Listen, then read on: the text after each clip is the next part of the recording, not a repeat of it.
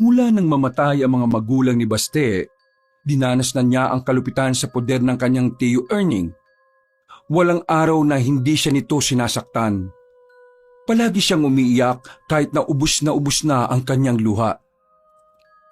Dahil sa kalupitan ng kanyang tiyuhin, naisipan na niyang manirahan sa kagubatan. Doon na sana niya papangaraping mabuhay na mapayapa.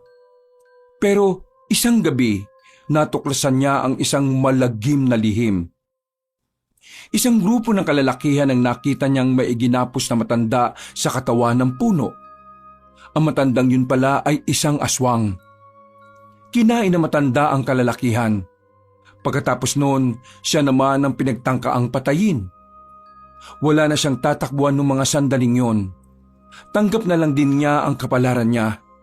Pero sa isang iglap lang, isang tipak ng bato ang bigla na lang bumagsak sa kinatatayuan ng aswang. Nabali ang liig na matanda at saka namatay. Sa lakas ng impact, nawalan ng malay ang bata. Paggising niya, nakita niya ang bato na halos kasing laki na lang ng pisong kalabaw. Kalaunan ay matutuklasan niya na ang bato palang yun ay isang natunaw na bulalakaw. Ang mutya na siyang magagamit niya upang ipagtanggol ang buong baryo mula sa banta ng mga aswang. Magagawa nga kaya ni Baste ang tungkulin na ibinigay sa kanya ng kalikasan?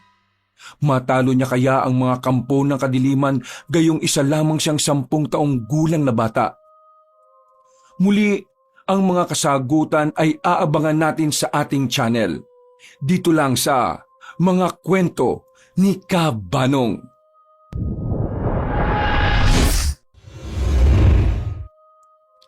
Pasa, sugat at bukol. Ito ang unang makikita sa murang katawan ng batang si Baste. Suking-suki na ang bata, pero hindi sa tindahan, kundi sa mabigat na kamay ng kanyang tiyo Erning. Mula nang mapunta siya sa poder ng matandang lalaki, walang araw na hindi siya nasasaktan.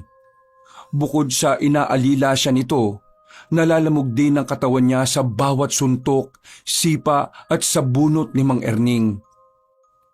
Hindi alam ni Baste kung ano ba talaga ang kasalanan niya sa kanyang tiyo. Nung una naman kasi ay mabait ito sa kanya. Pero isa lamang palang pakitang tao ang bungad nito sa kanya. Dahil nang tumagal na rin siya rito, naranasan niya ang pagsilip sa impyerno. Iyo, tama na po. Ang sakit na po ng katawan ko. Anong tama na? Kulang na kulang pa yan kumpara sa kahihiyan na binigay mo sa akin kanina. Di ba sinabihan na kita? Huwag na huwag kang hihingi ng pera sa akin kahit na kailan. Kasi hindi naman kita anak. Pero anong ginawa mo? Humingi ka pa rin kahit na nasa sugalan ako. Yan! Natalo tuloy ako! Kasalanan mo eh! Iyo, wala naman po akong kasalanan kung hindi maganda ang barahan ninyo. Kasalanan po yun nagbabalasa. Abag sumasagot ka ba talaga ha? Hindi ko po. Tama na po. Ang kapal ng mukha mong sumagot-sagot sa akin. Ako nagpapalamon sa iyo sa bahay na ito.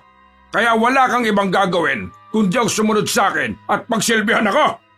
Kung wala ako, baka nagpapalaboy-laboy ka na lang sa lansangan. Tama na po. Pakiusap po. Sana, pinabayaan na lang kitang mamatay sa gutom sa kalsada. Kasi wala ka rin namang kwente. Hindi kita mapakinabangan. Alam ko na. May naisip na ako para magkaroon ka ng silbi. Iyo, tama na po. Pagod na po ang katawan ko.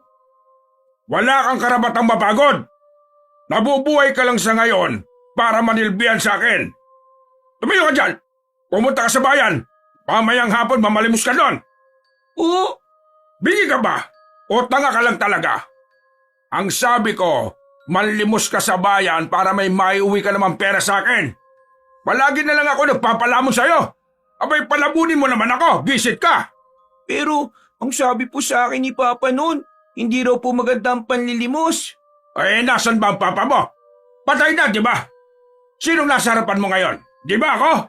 Kaya ako ang masusunod ngayon at hindi ang tatay mong patay na dahil sa katangahan niya. Ha? Hindi ko po. Bilisan mo! Sipahin kita dyan eh. Saan niyo po ko dadalhin? Anong saan dadalhin? Diyan ka sa bakuran. Iligid mo ang sarili mo sa lupa para magmukha kang marumi. Kailangan mong magbukang kawawa para makapanlimos ka. Ayoko pang manahimik ka. Manlilimos ka. Yun ang magiging trabaho mo. Kapag wala kang naiuwing pera, ha? Malilinti ka sa akin. Naintindihan mo ba ako? Sinipa pa na matandang lalaki ang balde sa gilid na tumama naman sa likuran ng bata. Pero hindi na yun maramdaman pa ni Baste. Manid na kasi ang ilang parte ng kanyang katawan. Wala nang nagawa pa ang batang si Baste kundi ang maiyak na lamang. Nanginginig ang kanyang tuhod nang tumayo siya. Masakit din ang kanyang puwet nang umupo siya sa hagdanan. Napatingin na lamang ang batang si Baste sa kalangitan. Noong umagang yon, naihiling na lamang niya sa Panginoon na sana bigyan siya ng bagong pag-asa. Mabilis na lumipas ang mga oras. Kahit na ayaw ni Baste ang gagawin niya, wala siyang pagpipilian. Palalayasin at sasaktan na naman siya ni Mang Erning kapag hindi niya ito sinunod. Marumi ang damit ng bata nang umalis na ito ng baryo. Nakisakay na lamang siya sa inuutong driver ng tricycle. Pagdating niya sa bayan, sinimulan na niya ang panlilimos. Pero mag-iisang oras na ay wala man lang nagbibigay sa kanya. Napaupo na lamang siya sa bangketa. Napatingala siya nang marinig ang pamilyar na tinig ng lalaki. Si Tommy, ang kanyang guro noong nag-aaral pa siya. "Oh, Baste, ano ginagawa mo rito sa bayan? At bakit may mga pasa at sugat ang katawan mo? Ano nangyari? Sino gumawa sa iyo niyan?" Oh, wala po ito. May mga nakaaway po kasi ako nung nakaraan habang nandilimos po ako. Ano? Nangdilimos ka? Kaya hindi ka na pumapasok kasi yan ang ginagawa mo? Opo, wala na po kasi sila mama at papa nung nakaraang taon pa. Wala na po kung aasahan kundi ang sarili ko lang. Kaya kailangan ko pong mamalimos. Baste, magsabi ka nga sa akin ng totoo. Sino nanakit sa'yo? At sino nag-utos sa'yong gawin ang panlilimos na ito? Wala po. Sariling desisyon ko po ito, Teacher Tommy. Baste, alam mo na masama ang pagsisinungaling, di ba? Nakikita ka ng Diyos.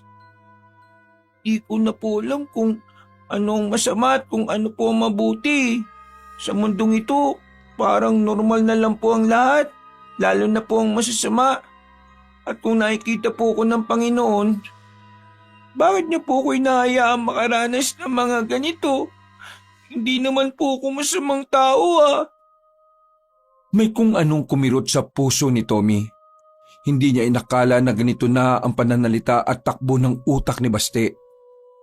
Para sa guro, isa lamang itong indikasyon na ang mga sinasabi ng bata ay hinuhugot nito sa mga naging karanasan nito. Baste, nakikita ng Diyos ang paghihirap mo. Hindi siya natutulog. Pero lahat ng ito ay may dahilan. Ibinigay niya sa iyo ang pagsubok na ito dahil alam niyang kaya mo itong lagpasan. Teacher Tommy, sinasabi niya po bang sinusubok niya ang katatagan ko kahit na bata pa lamang ako? Ayos lang po ba yun? Kahit na halos mamatay na po ako sa hirap? Hindi pa po ba sapat ang mga nararanasan ko para itigil na niya yung pagsubok po na ito? Ano po bang kailangan ko pa pong gawin para mapatunayan po sa kanya na matatag po ako? Sa puntong ito, hindi na nakapagsalita pa ang binatang si Tommy. Ramdam niya ang hinanakit ng bata. Kaya alam niyang hindi ito ang tamang panahon para ipaliwanag kay Baste ang mga bagay-bagay. Ginalang na lamang niya ang pananaw ng bata at iniba na lang ang usapan. Baste, gusto mo bang kumain na muna? Naku, wala po akong pera, teacher Isa pa, kailangan ko pong manlimos para may maiuwi akong pera. Kapag wala akong nalimos, wala po akong kakainin kinabukasan. O sige na, ako nang bahala sa kakainin mo ngayon. At ako na rin ang bahala sa kailangan mo. Talaga po? Oo naman Mabuti ka naman bata Pero nakakahiya po. Hindi naman po tayo makaano-ano Dati kitang estudyante at lahat ng naging estudyante ko, anak na ang turing ko sa kanila. Masayang sumama si Baste sa kanyang dating guro. Tumungo sila sa isang kainan. Gutom na gutom ang batang si Baste. Kung kumain ito ay parang mauubusan. Sobrang bilis. Halatang halata na ilang araw na itong hindi nakakakain ng matino. Oo, dahan-dahan lang. Walang aagaw sa'yo ng pagkain mo. Dahan-dahan lang baka mabulunan ka. Teacher, maraming salamat po. Ngayon lang po ako nakakain ng itlog, hotdog at manok. Sarap! Ngayon ka lang nakakain yan? Bakit? Wala bang ganyan sa inyo?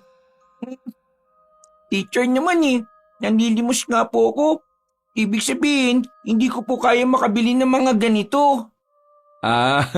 Pasensya na. Oo nga pala. Pero sige, kumain ka lang.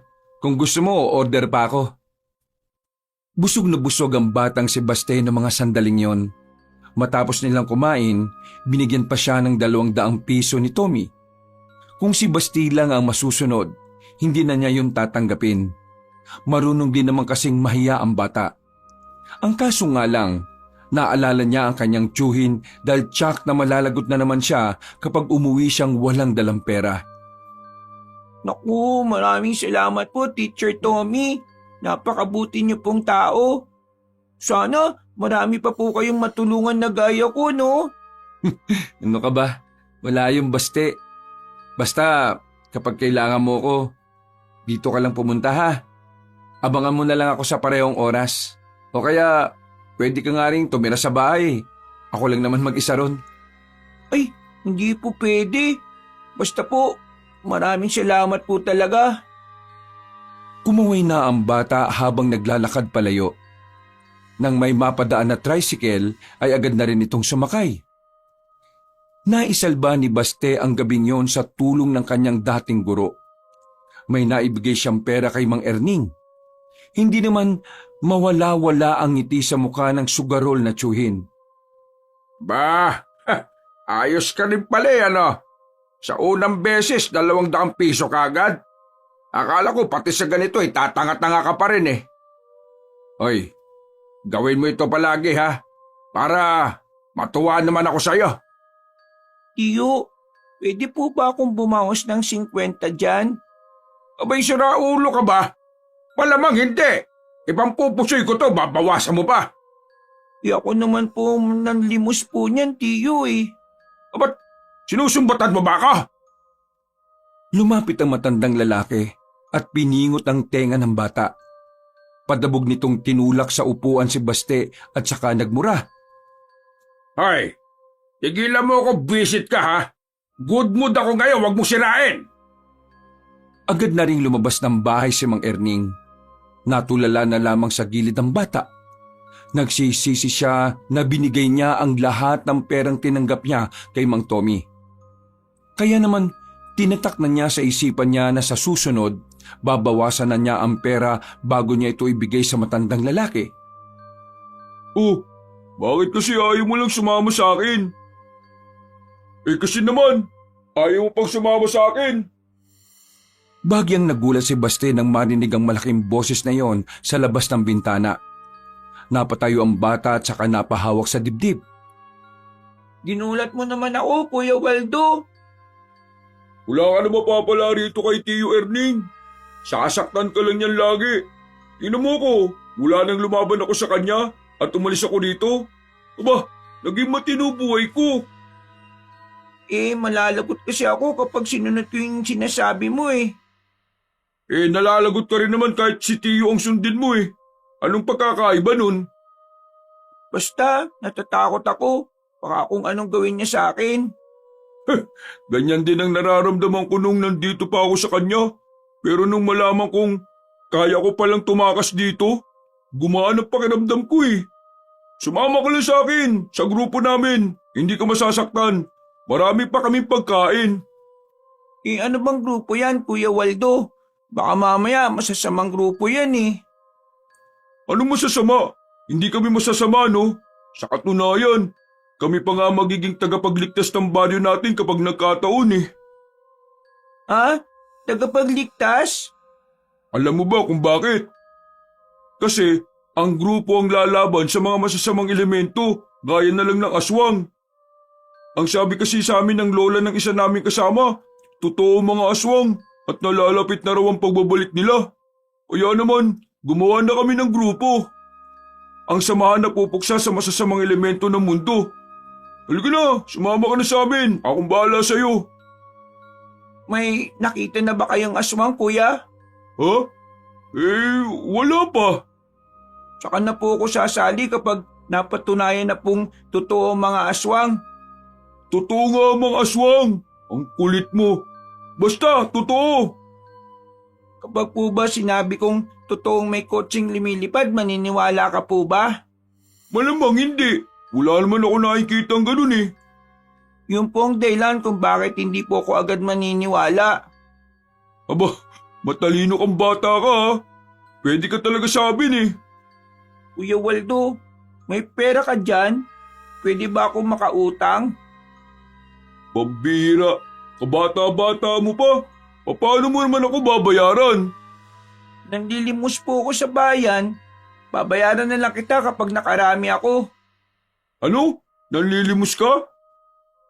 Pinagagawa sa akin yun ni Tiyo eh. May siraulo pala talaga yung tiyo mo eh no? Nung ako naman, hindi ko naman niyang ginagawa. Ano, papautangin mo ba ako o hindi? May 50 pa ako dito. Ibibili ko ng pagkain. Huwag ka rito sa bahay kakain, baka makita ka pa ng tiyo nating tarantado. Masama ang kalooban ni Baste sa mga sandaling yon. Kahit na papaano ay gumaan ang pakiramdam niya dahil mabuti rin sa kanya si Waldo. Ang lalaking si Waldo ay dati ring utusan ni Mang Erning. Pero matagal na itong nakaalis. Kaya naman ganito na lang ang pag-aalala ni Waldo sa bata kaya lagi niyang dinadalaw si Baste. Ganun pa man, wala pa rin itong kakayahan na makuha si Baste sa pangangalaga ni Mang Erning. Nang mamatay kasi ang mga magulang ni Baste, si Mang Erning na ang nakasulat na guardian ng bata. Palihim na lumabas ng bahay ang bata. Malayo pa ang bilihan ng kanin at ulam kaya nilakad niya yon hanggang dulo. Wala nang gaanong tao sa parting yon kapag gabi.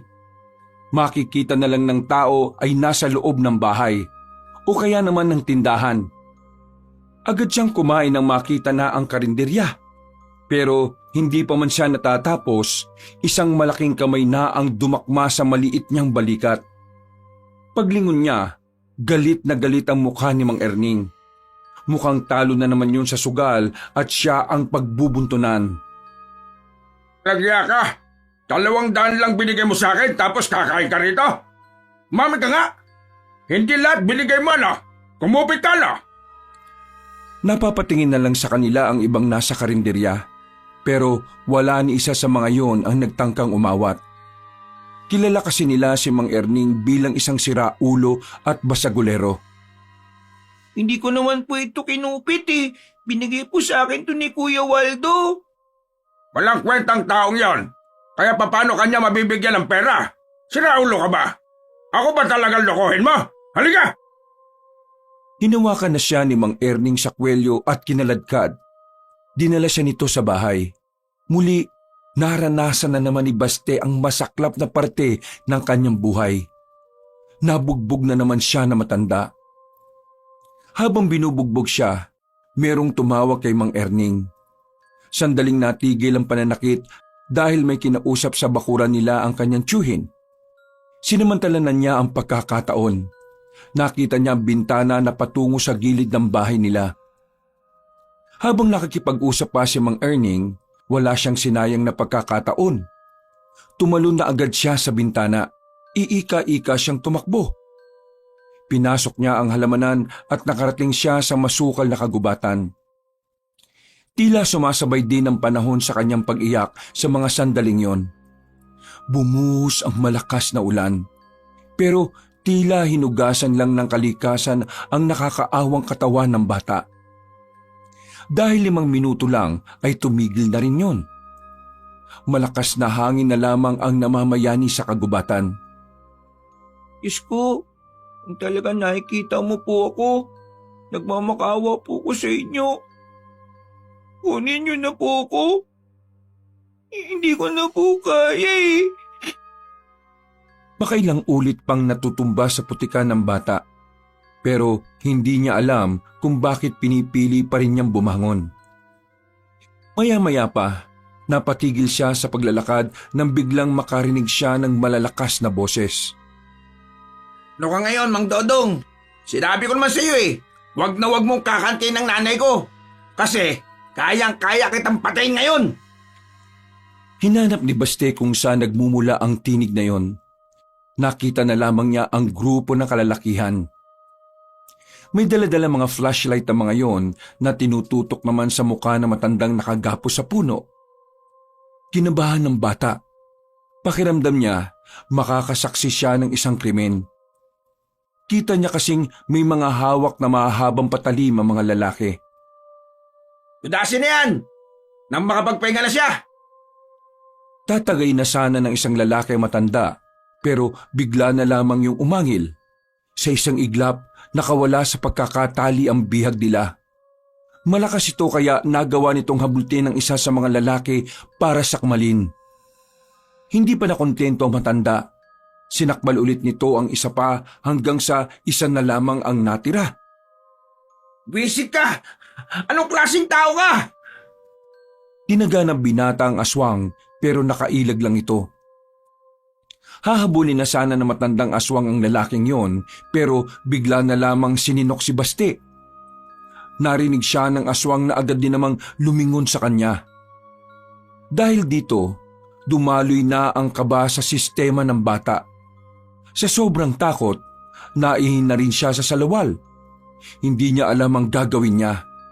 Pakiramdam ng bata, yun na ang huling sandali niya sa mundo. Hindi siya makapagsalita. Hindi rin siya makagalaw. Pinagmamasdan lang niya ang marahang paglapit sa kanya ng matandang aswang. Hanggang sa bigla na lamang itong lumundag sa harapan niya. Akmang sasakbalin na siya nito, nang bigla na lamang may bumagsak na bato sa kinatatayuan nilang dalawa. Tinamaan ng aswang at nabali ang leeg nito. Gumawa naman ng malakas na impak ang pagbagsak ng batong yon sa lupa. Dahilan para maging si Baste ay maapektuhan. Pansamantalang nabingi ang bata. Umikot na rin ang paningin niya. Hindi niya alam kung ano ang nangyari. Pero nararamdaman niya ang kakaibang enerhiya na naglalaro sa buo niyang katawan. Bumagsak siya sa lupa. Nangisay-ngisay kaunti. Hanggang sa hindi na niya alam ang mga sumunod na nangyari. Nawala na siya ng malay. Nang magising ang batang si Baste, ay nakakaramdam siya ng pamamanhid sa kanyang buong katawan. Sinubukan niyang bumangon, pero nahihilo siya. Natumba lang siya ulit. Napatingin siya sa gilid kung saan naroon ang misteryosong bato na umuusok-usok pa. Kahit nahihirapan siyang kumilos, marahan niyang hinawakan ng bato. Nagtataka ang bata dahil hindi siya napapaso sa bato. Pero ilang sandali lang, bigla na lamang may kung anong kuryente ang dumaloy sa buo niyang katawan. Nangisay-ngisay ang bata. Tumagal yun ng halos 2 minuto. Nang maging kalmado na ang bata, muli niyang tiningnan ang bato na hawak-hawak niya. Anong nangyayari sa akin? Ano itong nararamdaman ko sa katawan ko? Pinakiramdaman ni Baste ang kanyang sarili. Nang matansya niyang kaya na niyang kumilos, marahan siyang bumangon ulit. Sa pagkakataong ito, tila ba ang gaan-gaan ng kanyang pakiramdam. Hawak-hawak niya pa rin ang bato sa palad niya.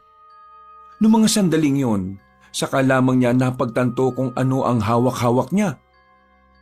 Hindi kaya ito'y parte ng bulalakaw? Bago pa may makakita sa kanya roon, nagmamadali na siyang tumakbo. Hindi niya maintindihan ang kanyang nararamdaman. Para siyang muling nabuhayan. Para siyang isinilang uli.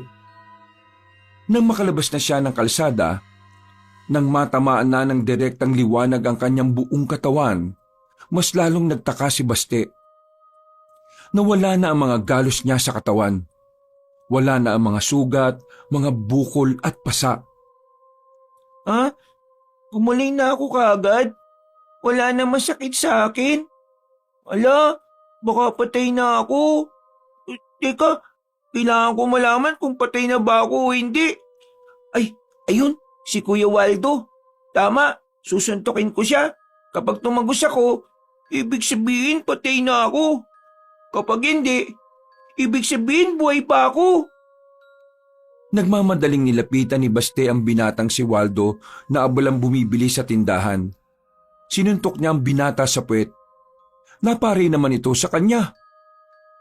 Aray! Wisit! Ano bang ginagawa mo, Baste? Tapos kitang bigyan ng 50, ito'y susukli mo. Eh, sorry, nasaktan po kayo. Malamang! Sinuntok mo pet ko tapos magtatanong ka kung nasaktan ako. Anong gusto mo? Umungol ako sa sarap? Ibig sabihin hindi pa ako patay. Pinagsasabi mong bata ka. Hinila ni Baste ang pinsan niyang si Waldo. Dinala niya ito sa walang masyadong tao na makakakita sa kanila. Uy, ano bang problema mo? Yung sukli ko hindi ko tuloy nakuha. May sasabihin ako sa'yo, Kuya Waldo. Importante pa sa sukli mo. Eh ano nga yun? May nakita kasi akong aswang kanina eh. Ha? Sigurado ka ba? Opo. Gusto mo ituro ko sa'yo kung nasaan eh. O sige, dali mo ako ron, bilis! Walang sinayang na pagkakataon ng dalawa.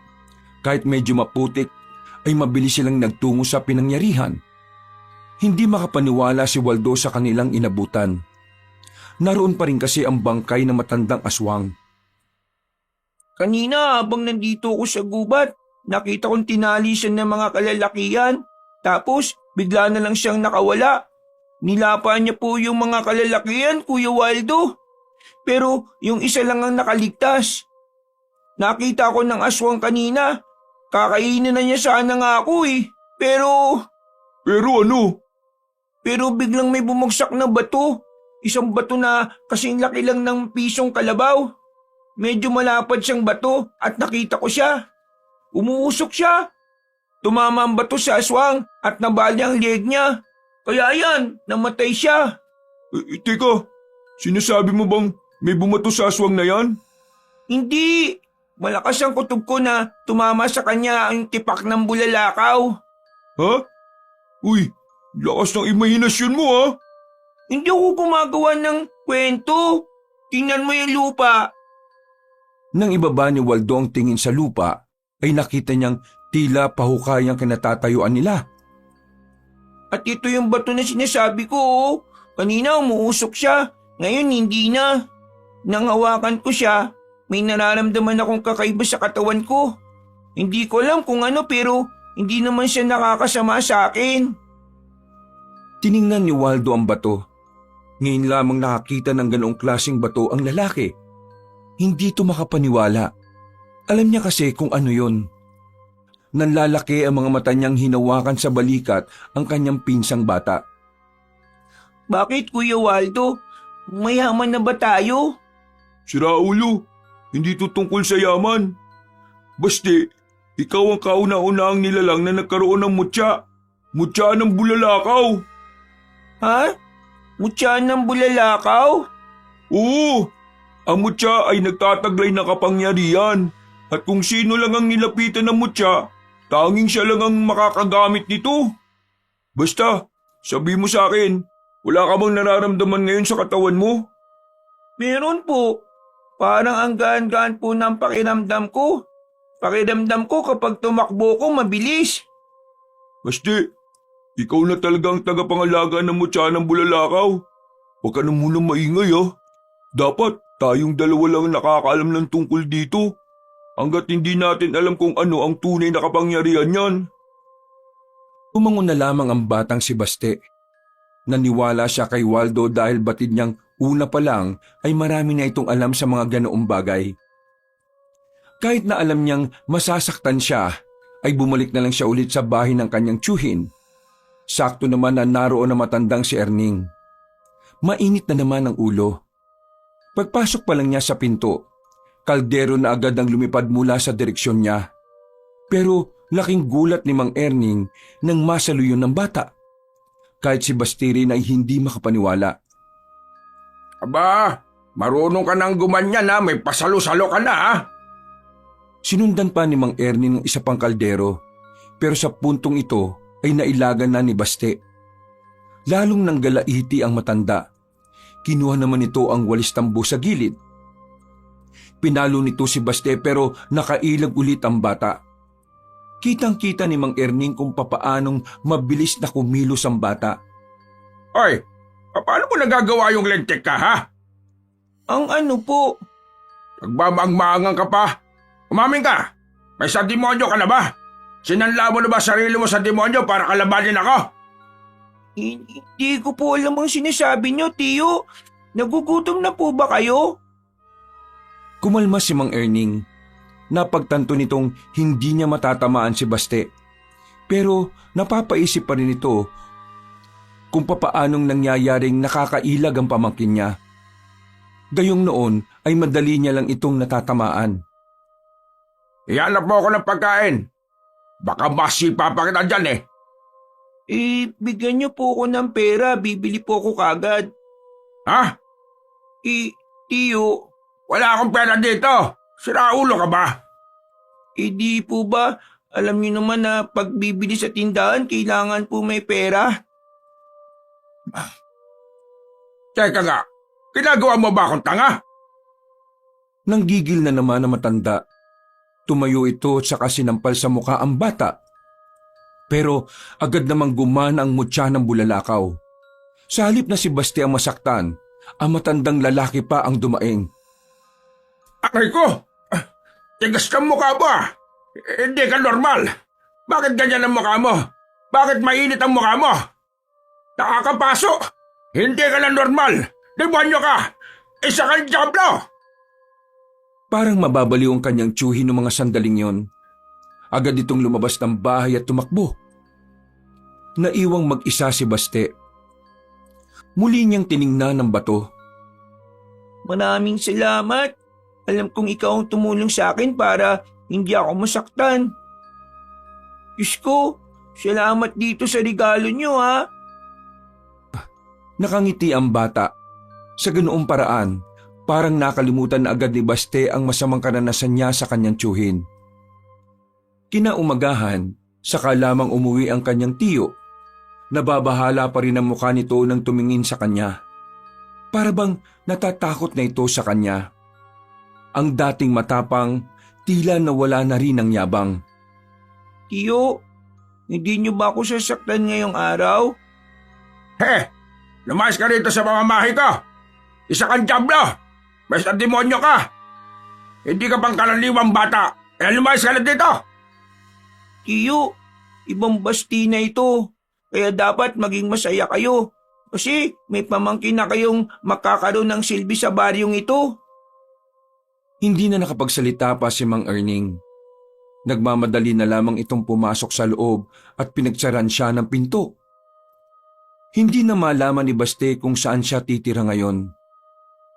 Habang naglalakad, merong nakasalubong na matandang babae si Baste. Palangiti ito sa kanya. At dahil bata pa, madaling naniwala ang bata na ang matandang yon ay may mabuting kalooban. Bata, wala ka bang mapupuntahan? Gusto mo bang sumama sa akin? Meron akong alam na lugar para pwede kang tumuloy doon. Yun ay kung gusto mo lang naman ha. At ayaw mong abutan ka ng ulan dito sa labas. Sa narinig ng bata, tila nagkaroon siya ng pag-asa. Wala na rin naman siyang mapupuntahan. Hindi niya rin kasi makita ang pinsan niya noong mga sandaling yon. Talaga po, isasama niyo ako sa maayos na lugar? Marami po bang pagkain doon? Maraming pagkain doon. Hindi nauubos. Kaya halika na, sumama ka sa akin. Pakakainin kita ng lahat ng gusto mo. Pero ano po bang pangalan niyo? Visit namang bata ito tanong ng tanong. May sinasabi po ba kayo? Hindi. Wala naman. Ang pangalan ko ay Gemma. Aling Gemma ang tawag sa akin ng mga nakakakilala sa akin. Kaya Aling Gemma na lang din ang itawag mo. O ano? Sasama ka ba sa akin? Opo, isama niyo po ko. Gusto ko na pong makakain ng marami tsaka masasarap na pagkain eh. Hinawakan na ni Aling Gemma ang bata sa kamay. Pangiting-ngiti pa si Baste sa mga sandaling ito. Wala itong kamalay-malay kung ano ba talaga ang binabalak na matandang babae sa kanya. Mga ilang sandali lang, sumakay sila sa itim na sasakyan. Pagpasok ng bata ay nagkunwari siyang nawalan ng malay. Nakita niya kasi sa loob na may mga lalaking nakatakip ang muka at inutusan niyo ni Aling Gemma. Sa murang edad, alam na agad ni Baste na hindi tama ang nangyayari. Pero sumabay na lang din siya sa agos ng mga kaganapan. Lumipas ang maghapon, tumigil na ang sasakyan. Binitbit na rin siya at ipinasok sa isang abandonadong warehouse. Iniligay si Baste kasama ng mga iba pang bihag ng bata. Grabe, may magaganap palang ganito. Napatingin si Baste nang makita niya ang matandang si Gemma. Nakangiti ito sa kanya na parabang nang iinsulto. Manloloko ka! Ang sabi mo sa akin, dadalhin mo ako sa lugar na maraming pagkain. Pero anong ginagawa ko dito? Ang mga kagaya mong sugapa sa pagkain, madali lang talagang maloloko. Hintayin nyo na lang ang client namin at papadala na rin namin kayo sa kanila. Anong gagawin nila sa amin? Depende. Bakit hindi mo na lang itanong sa kanila mamaya? Makakakawala ako dito, Manang. At kapag nangyari yun, magbabayad ka sa akin sa ginawa mo sa aming mga bata. Ay, natakot naman ako. Ang kaso nga lang, paano ka makakatakas dyan? Wala ka namang susi. Lumabas na ang matandang babae. Sumunod naman ang mga tauhan nito. Noong mga sandaling yon, bumuntong hininga si Baste. Sinusubukan niyang makipag-ugnayan sa mutya. Nang sa ganun ay magamit niya ito para makatakas sila. Mutya ng bulalakaw, tulungan mo naman ako. Kailangan ko makatakas dito. Makalipas ang ilang minuto, narinig nilang may mga dumating ng sasakyan. Mula sa kinilalagyan nila, nasipat ni Baste ang isang magandang babae na lumabas mula sa magarang kotse. Kinausap ito ni Gemma tungkol sa bentahan ng mga bata. Kompleto na ang 15 bata. Ang wala na lang ay ang bayad mo, Miss Ganda. Paano kung ayaw ko magbayad? Eto naman si Miss Carmina. Nagpapatawa ka ba? Napag-usapan natin na walang magtatarantado sa deal na ito, hindi ba? Kaya ipakita mo na sa akin ang pera at ibibigay namin sa inyo ang mga batang yan. Pasensya ka na pero wala akong balak tumupad sa sinasabi mong usapan. Nagulat silang lahat nang bigla na lamang nagbago ng anyo ang mga kasama ng dalaga. Naging mukhang halimaw na ang mga yon. Dahil dito, napagtanto agad ni Baste na aswang ang mga naroon. Habang nagkakagulo sila, napagana na ni Baste ang mutya ng bulalakaw. Buong puwersa niyang pinihit ang greyas na nagkukulong sa kanila. Namangha ang mga kapwa niya bata. Nawiwindang kung papaano niya nagawang yupiin ang rehas. Lumabas na kayo, dali! Doon! Sa bandang yun kayo tumakbo! Pero hindi pa man sila nakakalayo. Humarang na sa kanila ang magandang babae na si Carmina. Nakita nito ang ginawa ng bata. Kaya naman maging ang babae ay nagtataka rin sa kakayahan ni Baste. Huwag kang lalapit! Hindi kita uurungan! Hindi ka pangkaraniwang bata. Nakita kita. Sige na, pumunta na kayo sa direksyon na yun. Bilis! Ako nang bahala dito. Sinunod siya ng mga kapwa niya bata habang nakakaputukan at nakakagulo sa loob at sa labas ng warehouse. Sandali muna silang nakatitigan ni Carmina. Bago ka pa makagawa ng problema sa aming mga aswang, ngayon pa lang ay buburahin na kita sa mundong ito, bata. Hindi po ako natatakot sa inyo. Unti-unti na ring nagbago ng anyo ang dalaga. Mabilis itong umatake sa bata. Sa puntong ito, tila kusang gumalaw ang katawan ni Baste. Nakailag ito sa unang paglusob ng dalaga. Sumampa ito sa sirang sasakyan. Agad namang siyang sinundan ni Carmina. Makailang ulit din siyang muntik-muntika ng matamaan ng babaeng aswang. Pero sadyang magaling ang mutya ng bulalakaw.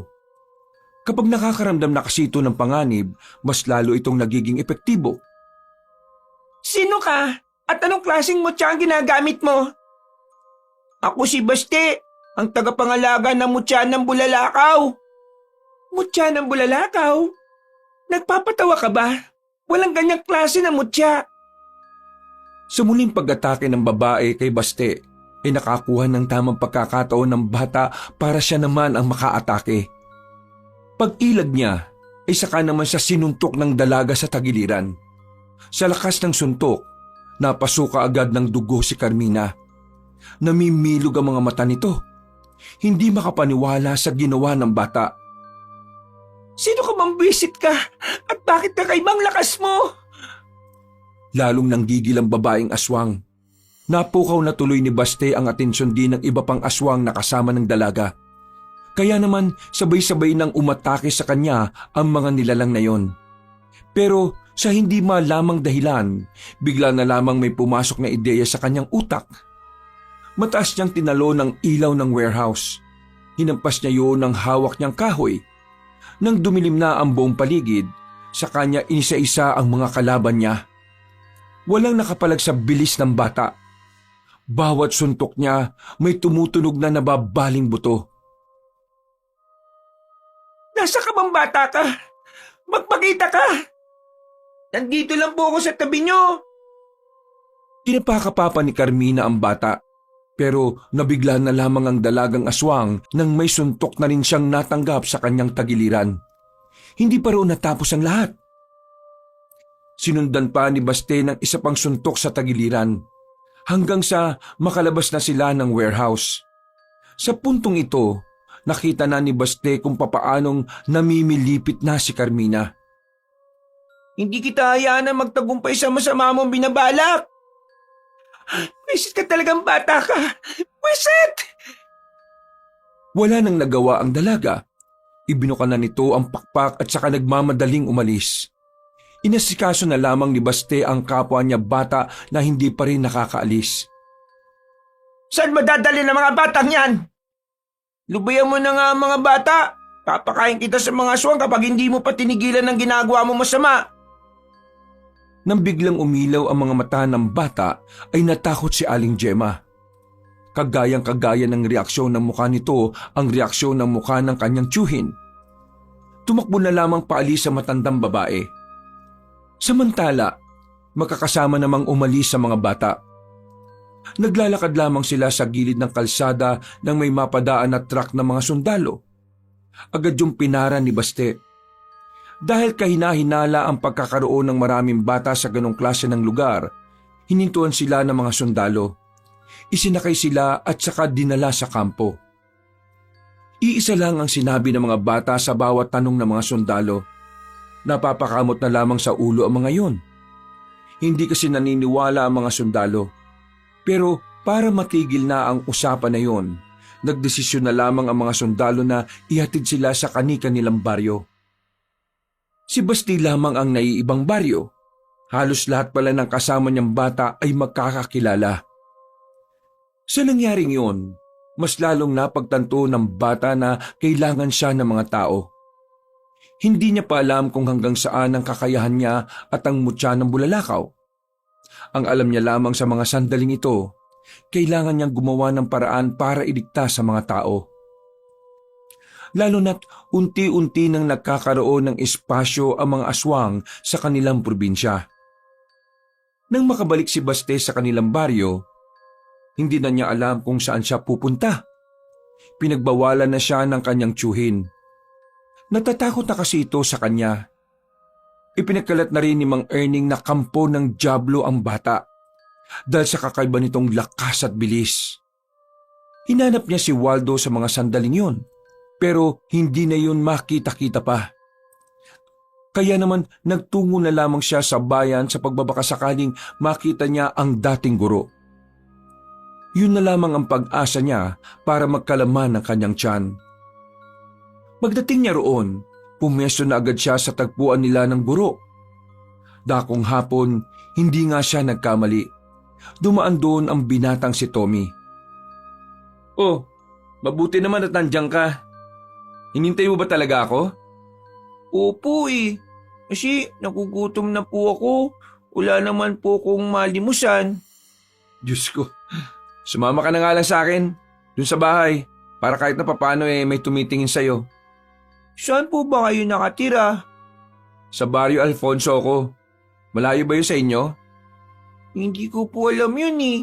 Pero pakiramdam ko po, ligtas po ako dyan kasi ikaw na po ang kasama ko. Oo naman oh. Payapa at tahimik sa lugar namin. Isa pa, ako lang naman mag-isa sa bahay. Tara, sumama ka na sa akin. Pinakiramdaman muna ni Baste ang binata. Inalam niya kung may binabalak ba sa kanyang masama si Tommy. Kahit na alam naman niyang mabuting tao ang guro. Nagkaroon na kasi siya ng trauma dahil kay Aling Gemma. Sumakay sila ng tricycle. Mula sa bayan, bumiyahe lang sila ng halos 10 minuto. Medyo mabagal pa sila dahil malubak ang kanilang dinaanan. Noong mga sandaling yon, pakiramdam ni Baste ay nakalaya na siya ng tuluyan sa kalupitan ng kanyang tiyo. Oh, nandito na tayo. Pasensya ka na ha, maliit lang bahay ko ha. Hindi naman po maliit. May taas mga po eh. Pero bakit po kayo mag-isa lang? Wala po ba kayong asawa? Huminga ng malalim si Tommy. Naramdaman ni Baste ang kaunting kalungkutan na nabubuo sa mga mata ng guro. Wala na siya eh. Nakahanap na ng iba. Mas masaya siya ron eh. Kaya hindi ko na siya pinigilan pa.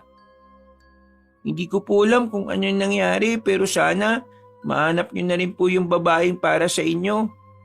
Nako, tsaka na yan. Nakatuon ako ngayon sa pagtuturo. Ngayong bakasyon na, itutuon ko naman ang atensyon ko sa pagpapalusog ng katawan. Tara, masok na tayo sa loob. Tuwang-tuwa ang batang si Baste na makakain na rin siya sa wakas. Mas lalo pa siyang naging masaya nang malaman na pansamantalang doon na muna siya titira. Wala na rin kasing trabaho ang binatang si Tommy dahil magsisimula na ang bakasyon. Tulungan mo na lang ako minsan sa mga gawaing bahay gaya lang ng mga pagwawalis, paghuhugas ng pinggan. Minsan kasi umaalis din ako lalo na sa gabi. Ano pong ginagawa niyo sa gabi, Teacher Tommy? Isang gawain na hindi dapat malaman ng isang batang kagaya mo. Po? Bakit po? Kasi po delikado? Magsasalita pa sana si Tommy pero napatigil siya sa kanyang narinig. Sinubukan niyang ibahin ang usapan para hindi malaman ni Baste kung ano man ang itinatago niya. Hindi naman. May mga pinupuntahan lang ako na kaibigan. Alam mo na, inom-inom ng alak. Bawal sa bata yun, di ba? Sir Tommy, maniniwala po ba kayo kung sasabihin ko po sa inyo na kaya kong maramdaman kung ang isang tao ay may tinatago o wala? Ha? Anong ibig mong sabihin? Sir Tommy, di ko alam kung ano ang sikreto nyo pero nararamdaman ko pong may ginagawa kayo sa gabi. Sabi niyo po noon, masama ang nagsisinungaling. Kaya gusto ko pong magsabi kayo ng totoo sa akin. May kinalaman po ba ito sa mga aswang? Sumeryoso na ang mukha ni Tommy. Hindi niya alam kung papaanong nagkaroon ng ideya ang bata. Alam kasi ng binata na mangilan-ngilan pa lang ang nakakatuklas ng tungkol sa mga panganib na dala ng mga aswang. Teka, paano ka nagkaroon ng ideya tungkol sa mga ganitong bagay?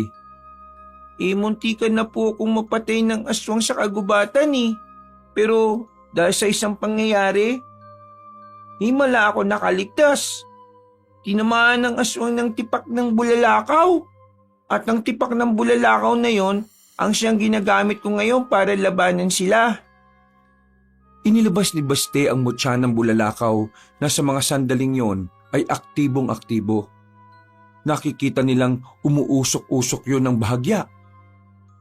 Mula po nung mapa sa akin to, marami nang nagbago sa akin. Isa sa mga naging kakayahan ko ay ang sinasabi ko nga po sa inyo kanina. Kaya kong malaman na may itinatago po kayo.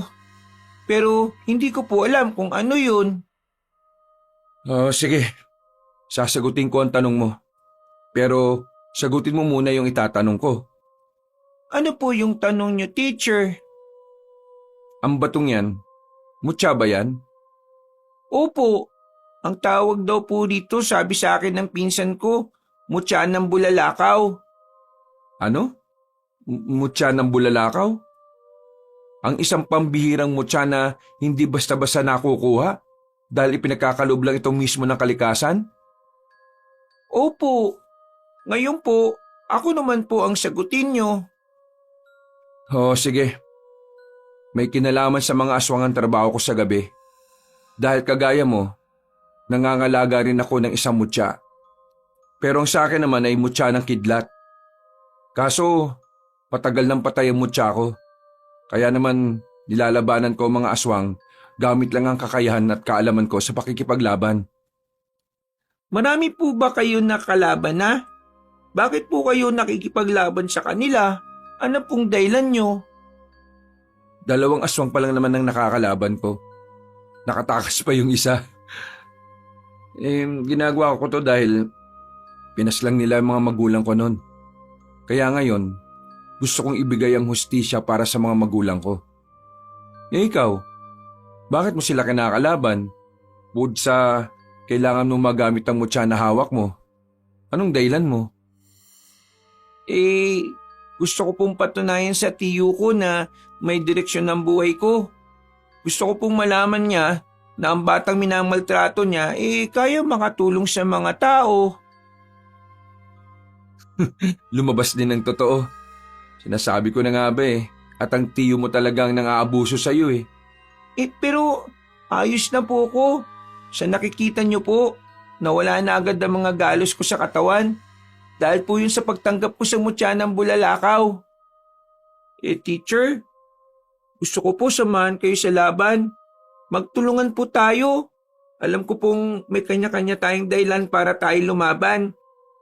Pero may iisa po tayong dahilan na nag-uugnay sa atin. Yun po yung mapigilan ng mga kampo ng kadiliman na pagharian ng probinsya natin. Alam mo, Baste, talagang nabibigla ako sa mga nalalaman ko tungkol sa iyo . Hindi ko inakala na ganito na kamature ang pag-iisip mo. Well, sige. Makikipagtulungan ako sa iyo. Inilahad ni Baste ang kanyang maliit na kamay. Nakipagkamay din naman sa kanya si Tommy. Noong gabi din yun, maraming bagay na ipinaliwanag si Tommy kay Baste. Mga bagay na may kinalaman sa mga makakalaban nilang aswang. Sige na. Pagpahinga ka na muna, Baste. Bukas na bukas din ipapakilala kita sa mga kasamahan ko. Po, may mga kasamahan po pala kayo? Oo, mga kagaya natin na may kanya-kanyang dahilan. Humiga na rin ang batang si Baste sa papag. Si Tommy naman ay bumaba na rin. Habang nakatingin sa kisame, muling pinagmasdan ni Baste ang bato na hawak-hawak niya.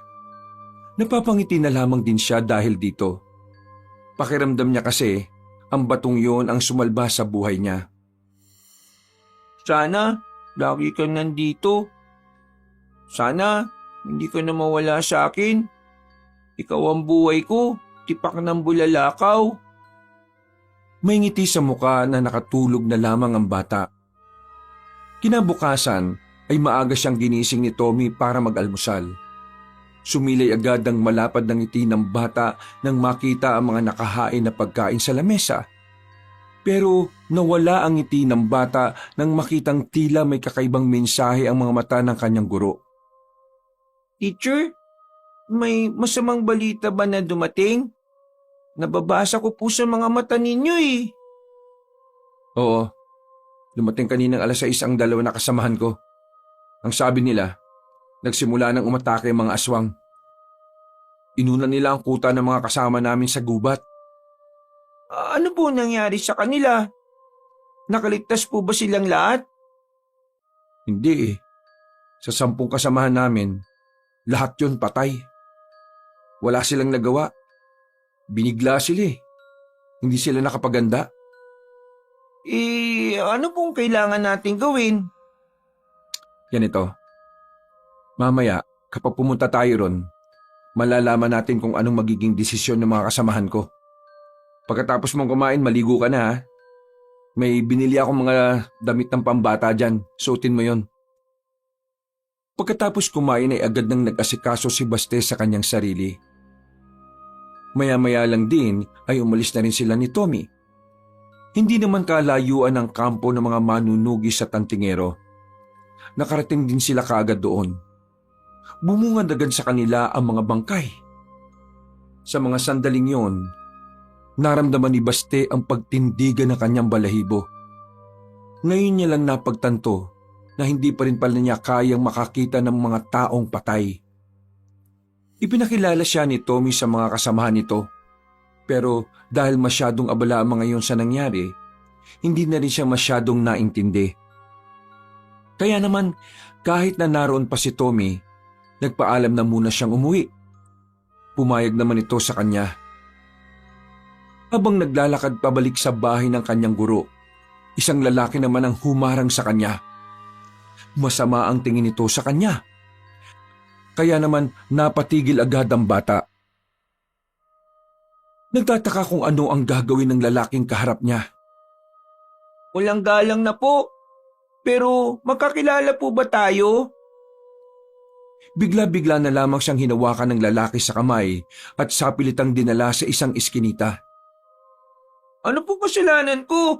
Anong ginagawa niyo sa akin? Ikaw bata ka. Ikaw ang batang nakita kong tinapakan ng tipak ng bulalakaw. Ikaw yung muntikan ng patayin ng aswang, no? Ikaw po ba yung lalaking tumakbo? Nasaan yung tipak ng bulalakaw? Ibigay mo sa akin! Pwersahang kumalas ang bata sa pagkakahawak ni Arnel. Pero hindi pa rin nawawala ang inis sa mukha ng lalaki. Hindi ko po pwedeng ibigay ang mutya ng bulalakaw. Ako po ang tagapangalaga nito. Kung hindi mo ibibigay sa akin, huwag kang umangal na masasaktan kita ngayon. Ayaw ko pong masaktan ka. Aba, nagyayabang ka pa talaga ngayon, ha? Tingnan natin! Nang aamba ng lalapit si Arnel, ay bigla na lamang nahawakan ni Baste ang braso ng lalaki.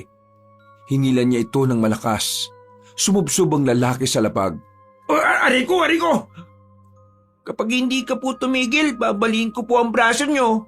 Oo na! Aray, tama na! Binitiwan na rin ni Baste ang braso ng binata. Dumadaing pa ito ng tumayo at tumarap sa kanya. Wala na mapa sa akin ng mutya ng bulalakaw. Hindi na ako pangkaraniwang bata. Kaya bago po kayo gumawa ng ganitong kalokohan, kailangan niyo po munang alamin kung sino ang binabangga ninyo. Ayos ka rin, ha? Pasimple kang nagyayabang, ha? Kinuha ni Baste ang bato ng bulalakaw na nakaipit sa bewang niya. Inabot niya sa binata. Oh, akala ko ba hindi mo ibibigay sa akin yan? Ibibigay ko sa iyo to para malaman ninyo na ang mutyang ito ay para lang sa isang tao. Inihagis ni Baste ang bato. Nasalo naman yon ni Arnel pero napasigaw ito nang mapaso ang palad nito. Aray! Wisit! Bakit ang init ang bato na yan? Kinuha ulit ni Baste ang bato at normal niya lang hinawakan yon. Ibinalik niya ang bato sa kanyang tagiliran. Napapailing itong tumingin sa binatang hanggang ngayon ay naguguluhan pa rin. Hindi po ito pwedeng hawakan ng ibang tao. Ang nangangalaga lang sa kanya ang pwedeng humawak sa kanya. Kaya hindi siya mananakaw ninuman. Ganun naman pala eh. Bakit mo ba ibibigay sa akin? Kung di ka ba naman siraulong bata ka eh. Bakit gusto niyo pong kunin yung mutya ng bulalakaw? Hindi ka naman po aswang. Wala ka na ron. Hindi ko obligasyon na magpaliwanag sa'yo. Manunugis ka rin ba? Yung matandang aswang na ginapos nyo, sino siya? Hindi ko na uulitin ang sinabi ko. Total, wala naman ako mapapala rito. O sige na, alis na ako. Alam ko pong iisa lang ang gusto natin mangyari. Yun ay ang mapaslang ang mga aswang at mapigilan sila sa kasamaan nila. Tumingin sa kanya ng seryoso ang binata. Ngumisi lang yun sa kanya at naglakad na rin. Basti po yung pangalan ko. Ano pong pangalan nyo? Arnel! Hinayaan na lamang ng bata si Arnel na makalayo. Bumuntong hininga na lamang si Baste. Umuwi na lang siya sa bahay ni Tommy. Tulala at hindi mapakali ang isipan ng bata.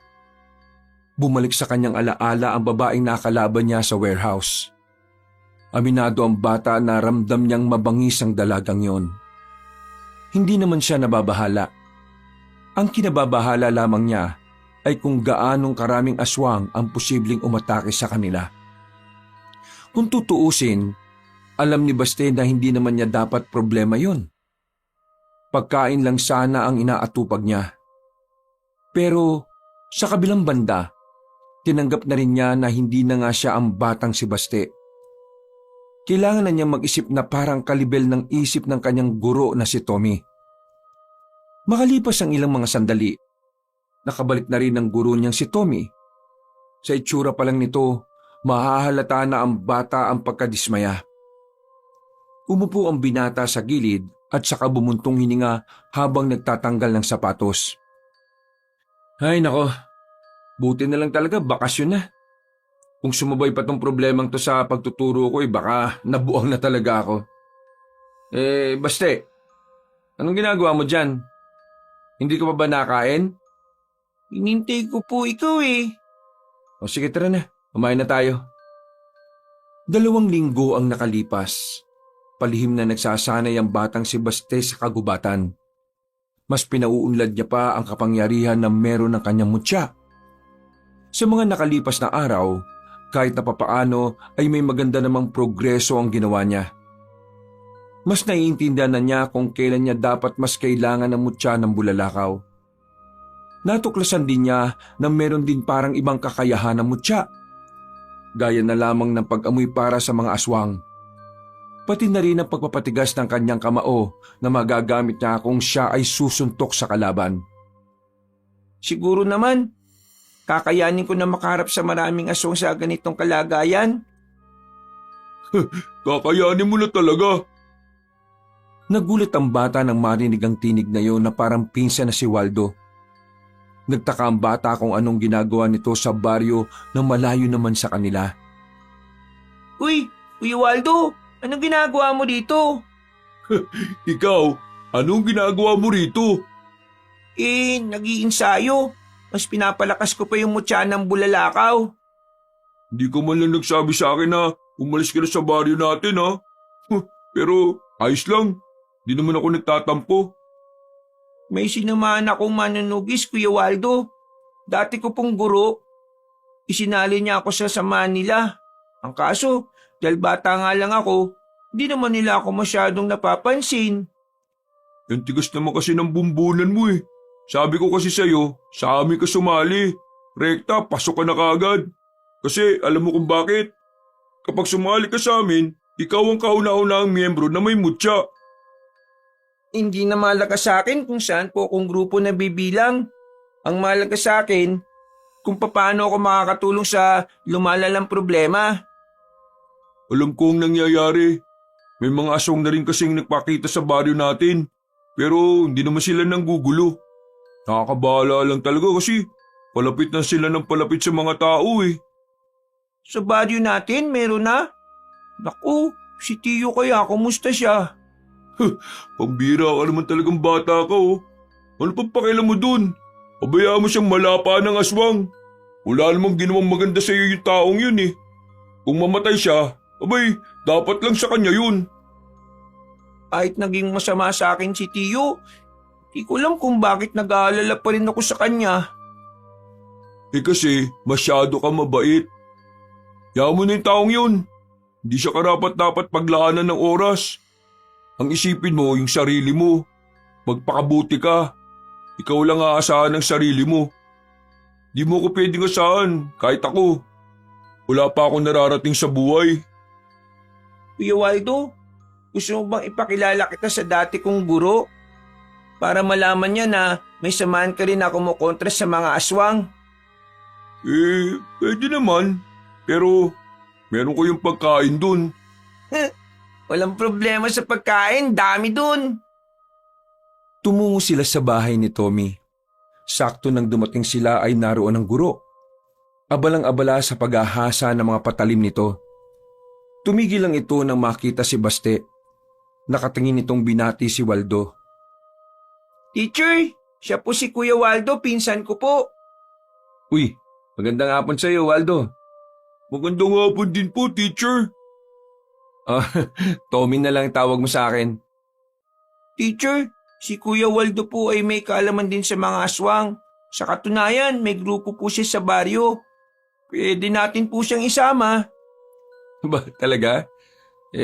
Kung papayag siya pwede naman. Hindi ko kayang bitiwan yung pinakamamahal kong grupo Pero sa mga sandaling ito, gusto kong ako ang maging mukha ng samahan namin bilang representative. Kaya kinararangal kong mapabilang.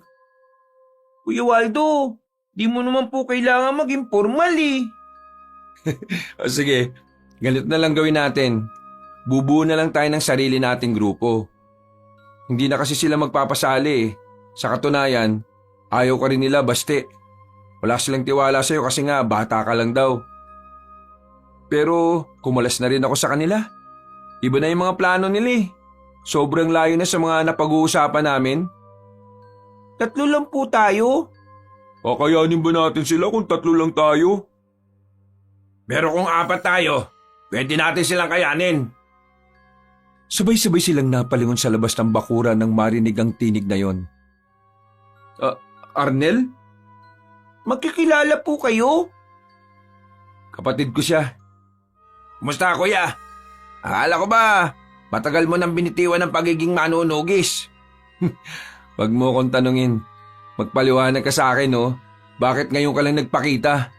Ang tagal kong iniisip kung ano nangyari sa'yo nung pinatakas tayo ni Papa at Mama Di tinangay ako sa ilog nun habang natakas tayo. Tinangay ako ng ilog nung habang natakas tayo. Hinabol ko kayo pero nabigo ako. Huwag ka mag-alala, nakaligtas naman ako Kita mo naman, di ba? Nasa harapan mo ako ngayon.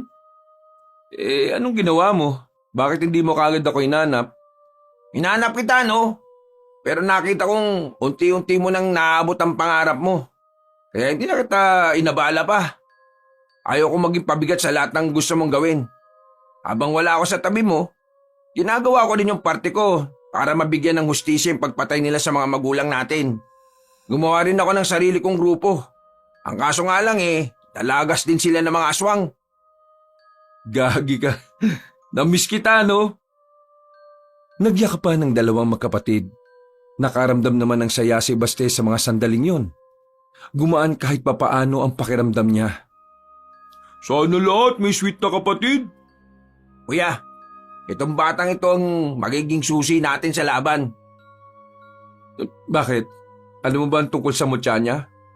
Oo, naroon ako nung bumagsak yung tipak ng bulalakaw Pinagtanong-tanong ko sa mga kakilala ko kung anong klase ng mutya ang mula sa bulalakaw.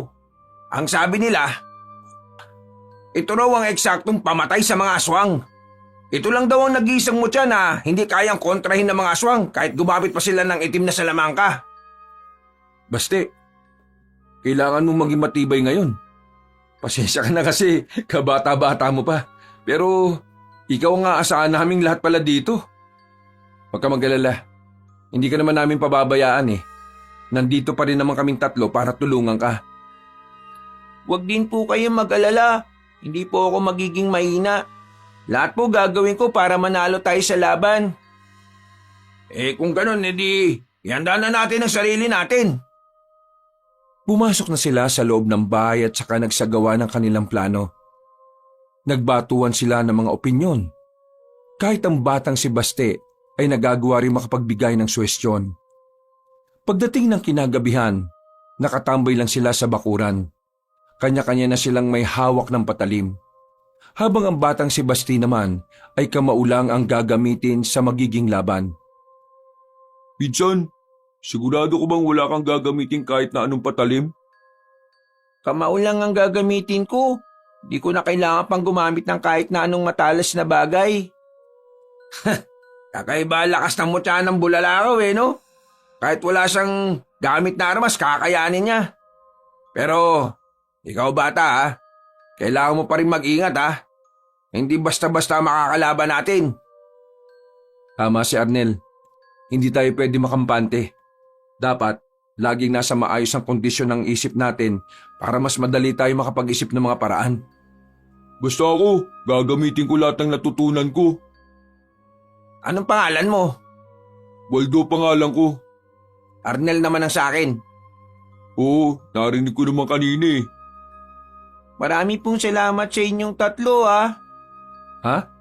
Salamat saan? Kasi pakiramdam ko po, kuya ko kayong lahat Baste, mula ngayon, isang pamilya na tayo. Natigil lang ang kanilang usapan nang biglang narinig nilang naalarma na ang samahan ng mga manunugis. Pinatunog na rin ang kampana na hudyat na nasa baryo na ang kanilang mga kalaban. Napalunok ng laway ang batang si Baste. Sa mga puntong ito, nararamdaman na nila ang mutya ng bulalakaw. Tila nagliliyab na ito at handang-handa na ring sumabak sa madugong labanan. Kalmado pa ang kalooban nila noong mga sandaling yon, pero minabuti na rin nilang rumonda sa lugar. Maya-maya pa, nakita nilang hindi na magkandaugaga ang mga manunugis. At ayon sa mga yon, ang mga aswang ay namataan na sa iba't ibang parte ng kanilang baryo. Agad na nagsagawa ng matinding konsentrasyon ng bata. Sa pamamagitan ng kanyang mutya ng bulalakaw, tumalas ang kanyang pakiramdam at nalaman niya ang lokasyon ng mga aswang. Nagtatago lang ang mga nilalang sa pagitan ng baryo at ng gubat. Mga naghihintay lang ng pagkakataon kung kailan aatake. Nakaabang sila. Kailangan po natin silang unahan. Sige, susundan ka namin. Birahin ka agad natin. Sa wakas, makakapatay na naman ako ng aswang! Hindi sila nag-atubili na tumungo sa kinaroroonan ng mga nilalang. Ilang minuto lang pagdating nila doon, nadatnan nga nila ang mga aswang na nagtatago. Bigla silang inatake ng mga yon. Mabuti na lamang ay nakahanda na sila sa mangyayari. Nakipagsagupaan sila. Kitang-kitang mabilis din ang mga aswang kaya hindi naging madali para sa kanila na saglitin ang laban. Bukod kasi sa mabibilis sa mga yon, lumalamang pa ang mga aswang dahil sa mga nagtataasang puno na pinagtataguan ng mga yon. Kakaiba mga aswang to. Parang pinagandaan din nila ang pagharap natin. Alam na siguro nila ang tungkol sa mutya ng bulalakaw. Ang babaeng may pangalan na Carmina. Nakalaban ko na siya pero nakatakas siya Siguro siya ang nagsabi sa mga kasama niya tungkol sa akin at tungkol na rin sa mutya ng bulalakaw. Biglang may lumitaw na aswang sa gilid ni Baste. Akmang sasakmalin siya nito pero dahil nakahanda naman ng bata, nagawa niya itong ilagan. Sinuntok niya ng malakas ang mukha ng aswang. Narinig pa nilang tumunog ang panga ng aswang. Bumagsak sa lapag at nangisay-ngisay at tuluyan ng namatay. Pabirang lakas yan, Baste! Alerto! Lumabas na ang aswang at sabay-sabay na lumusob sa kanila. Nakipagsabayan ng 4 sa mga yon. Para mas madali ang laban ay unti-unti nilang dinala ang mga aswang sa walang puno. Bumalik sila sa baryo at sinundan sila ng mga aswang hanggang sa bakanting lote. Ito na ang pagkakataon natin. Wala na silang pagtataguan. Muling umatake ang mga nilalang. Namamangha ang 3 binata nang makita nilang ginagamitan lamang ni Baste ng kamao ang mga nakakaharap nito. Lahat ng iyon ay bumubulagta. Namamatay kahit suntok lang ang ginagawa ng bata. Mga ilang sandali pa, naubos na rin nila ang unang hanay ng mga aswang. May tinamon na rin naman silang sugat, pero hindi naman yon malalalim. Ayos lang ba kayo? Tumango lamang silang bilang tugon. Aabante na sana sila sa susunod na pinagtataguan ng mga aswang nang biglang may mga dumating na naman. Isang grupo ng mga aswang na pinamumunuan ng isang babae. Ang babaeng pamilyar kay Baste. Siya yung babaeng yun. Siya ang nakalaban ko nung nasa abandonadong warehouse ako. Insan, sabihin mo nga, mabangis ba ang babaeng yan? Opo, mabangis din siya. Kaya hindi natin siya dapat minamaliit. Pinalibutan sila ng mga aswang. Tila nakikiramdam muna sa kanila ang mga yon. Hindi rin matukoy ng batang si Baste kung ano ang binabalak ng mga kalaban nila. Nagtataka ang mga yon kung bakit nakatayo at nakapalibot sa kanila ang mga aswang. Ano? Naduduwag na ba kayo? Lumapit kayo at magkaalaman na! Walang nagsasalita sa mga aswang. Nanatiling nakatingin lang sa kanila at hindi man lang gumagawa ng kahit na anumang masamang kilos. Naghinala na si Baste sa mga pagkakataong ito. Palagay niya walang balak na umatake sa kanila ang mga aswang na kaharap nila. Napagtanto niya na gusto lamang sila nitong manatili roon para hindi nila mapuntahan agad ang ibang lugar na aatakihin ng mga ito. Kailangan na po nating umalis. Pinatatagal lang nila ang oras natin dito para magkaroon ng pagkakataon ng ibang aswang na umatake sa ibang parte ng lugar natin. Napansin ni Baste na tila nabigla ang babaeng si Carmina. Kaya naman bago sila makaalis doon ay bigla na lamang nagsikilo sa mga aswang. Talagang hindi sila papaalisin ng mga yon. Dito lang kayo. Kami ang kalaban ninyo. Nagsimula muli ang banatan at sa pagkakataong ito, mas naging agresibo ang mga aswang. Kaya ang apat, halos hindi sila makalayo-layo. Magkakadikit lamang sila at magkakatalikuran. Sa ganitong posisyon, nahihirapan ang mga aswang na makalapit sa kanila. Pero alam ni Baste na hindi dapat tumagal ang laban na yon. Nakikita niya kasing tila hindi rin naman handang makipaglaban ang mga aswang. Pinapatagal lang talaga ng mga yon ang pananatili nila roon. Hindi na nagsayang na pagkakataon pa ang batang si Baste. Naglakad ito paabante. Ipinagtaka naman ito ng kanyang mga kasama. Maging ang mga aswang na rin lalo na si Carmina. Baste, anong gagawin mo? Hindi na nagsalita pa ang bata. Huminto ito sa gitna. Ipinikit ang kanyang mga mata at nagsimulang bumulong sa hangin. Ano pang hinihintay niyo mga inutil kayo? Atakihin niyo na ang pupit na yan! Sabay-sabay na lumapit ang mga aswang kay Baste. Pero sa hindi malamang dahilan, hindi nila magawang hawakan ng bata. Napatigil ang mga aswang nang makita nilang umuusok ang kamao ni Baste. Pagdilat ng mga mata nito, sinuntok agad nito ang isang aswang na umatake sa kanya. Nabali ang ulo ng aswang. Bagay na ikinagulat din ng iba pa. Pero hindi pa nakontento si Baste. Hanggat nakikita niyang buhay ang mga aswang, hindi siya magdadalawang isip na gamitin ang kanyang lakas. Nilampaso niya ang mga aswang. Binalibag, tinadyakan at pinagbababasag niya ang mukha ng mga yon. Ang mga natitirang aswang, natutong matakot sa bata. Nawala ang pagkabangis ng mga yon. Hindi na magawa pang makaatake. Mga tuwag ba kayo? Atakihin niyo ang batang yan! Bata lang yan! Nagalit ang babaeng si Carmina. Kaya sa mga sandaling ito, napilitan na lamang din itong magpalit ng anyo para harapin ang bata. Masyado ka na masakit sa ulo ko, bata ka! Alam ko pong hindi ikaw ang pinakapinuno ng mga aswang. Nabasa ko sa mga matumuno na meron ka pang isang sinasamba. Nasaan ang pinuno ninyo? Ang kapal naman ang mukha mong itanong sa akin ng bagay na yan.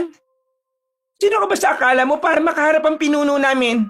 Isa ka lang batang aksidenteng pinagkalooban ng mutya. Hindi mo siya kakayanin kapag nakaharap mo na siya.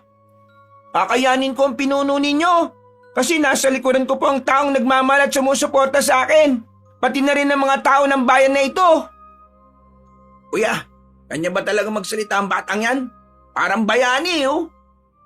Isa naman talaga siyang bayani. Siya ang magiging pangunahing bayani ng bayan na ito.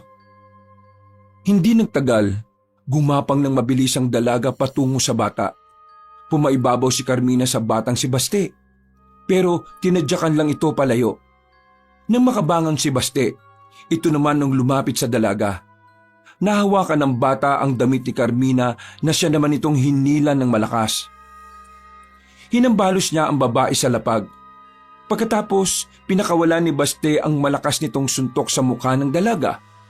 Sa lakas ng suntok, tumabingi na ang matangos na ilong ng babaeng aswang. Walang iya ka! Walang iya kang bata ka!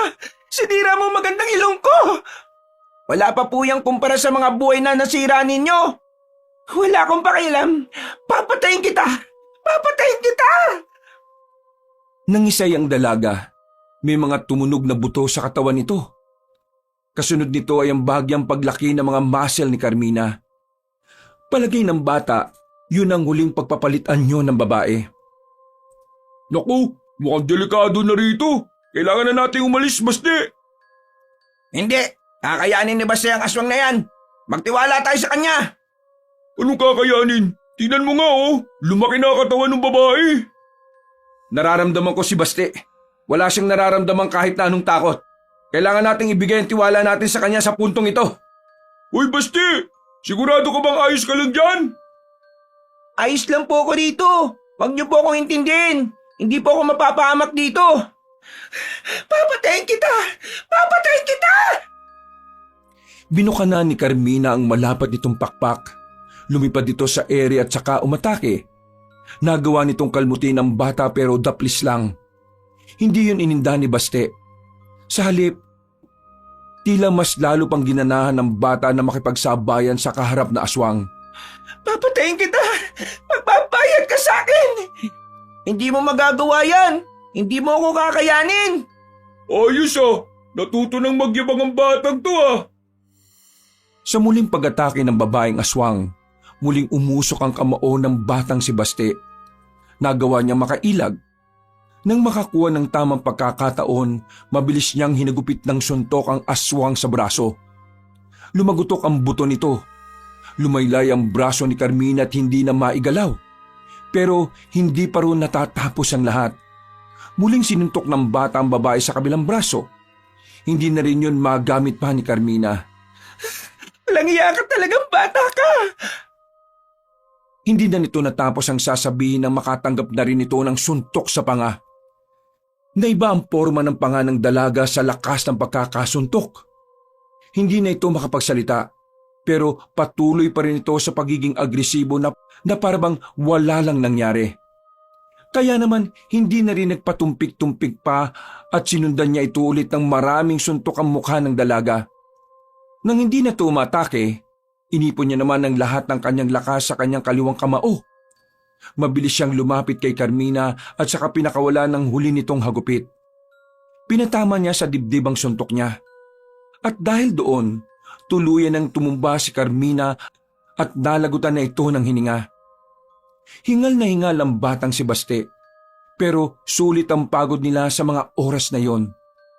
Lahat kasi ng mga aswang na kinalaban nila ay nalagas na nila. Pero dahil hindi pa tapos ang laban, hindi pa rin sila naging kampante. Nagmamadali silang nilisan ng lugar na yon at pinuntahan ng iba pang pinagtataguan ng mga nilalang. Pero bigo na silang maabutan ng mga aswang. Parang nakaramdam na ang mga aswang na natalo na ang isa sa tinuturing nilang pinuno. Kaya naman, minabuti na lamang nilang ipahinga na muna ang sandaling yon. Pinaubayan na lamang nila sa ibang manunugis ang pagtugis sa mga natitirang aswang sa gubat. Magkakaharap sila ngayon sa bakuran habang nagpapahinga. Si Baste, normal lang at parang hindi man lang nakaramdam ng pagod. Ang bilis nitong nakarecover sa laban. Parang wala lang nangyari. Basti, ayos ka lang ba? Wala ka bang malalang sugat? Daplis lang naman po ito at nalinisan ko na rin naman po. Ang galing mo kanina, Basti. Pinabilib mo ako ng sobra. Talagang ang karapat-dapat ka para sa mutya ng bulalakaw na yan. Hindi po ako magaling. Yung mutya po. Siya pong dahilan ng lahat kung paano ko nalabanan ng maayos ang mga aswang. Magaling ka pa rin. Kasi alam mo kung bakit? Hindi ka naman kikilalanin ng mutya kapag alam nilang hindi ka magaling eh. Alam mo, ang mga mutya, parang tao rin yan. Mapili din sila sa magiging amo nila. Kaya, swerte mo kasi ikaw ang napili. Biruin mo, ang daming pwedeng bagsakan ng bulalakaw, sa harapan mo pa talaga. Ibig sabihin, ikaw talagang itinakda. Marami pong salamat sa mga sinabi ninyo. Pero hindi pa po tapos ang laban eh. Alam ko pong pagkatapos nitong panalo natin, mas lalo makakaroon ng dahilan ng mga aswang para mas maggasik ng lagim. Huwag kang mag-alala, Baste. Alam kong kasama natin ang Panginoon sa laban na ito. Ngumiti na lamang ng papilit ang bata. Matapos ang pag-uusap na yon, ay nakapagpahinga na rin si Baste. Mahimbing ang tulog niya habang ang tatlong lalaki ay nasa bakuran lang. Nag-uusap at isinasabay na rin ang pagbabantay.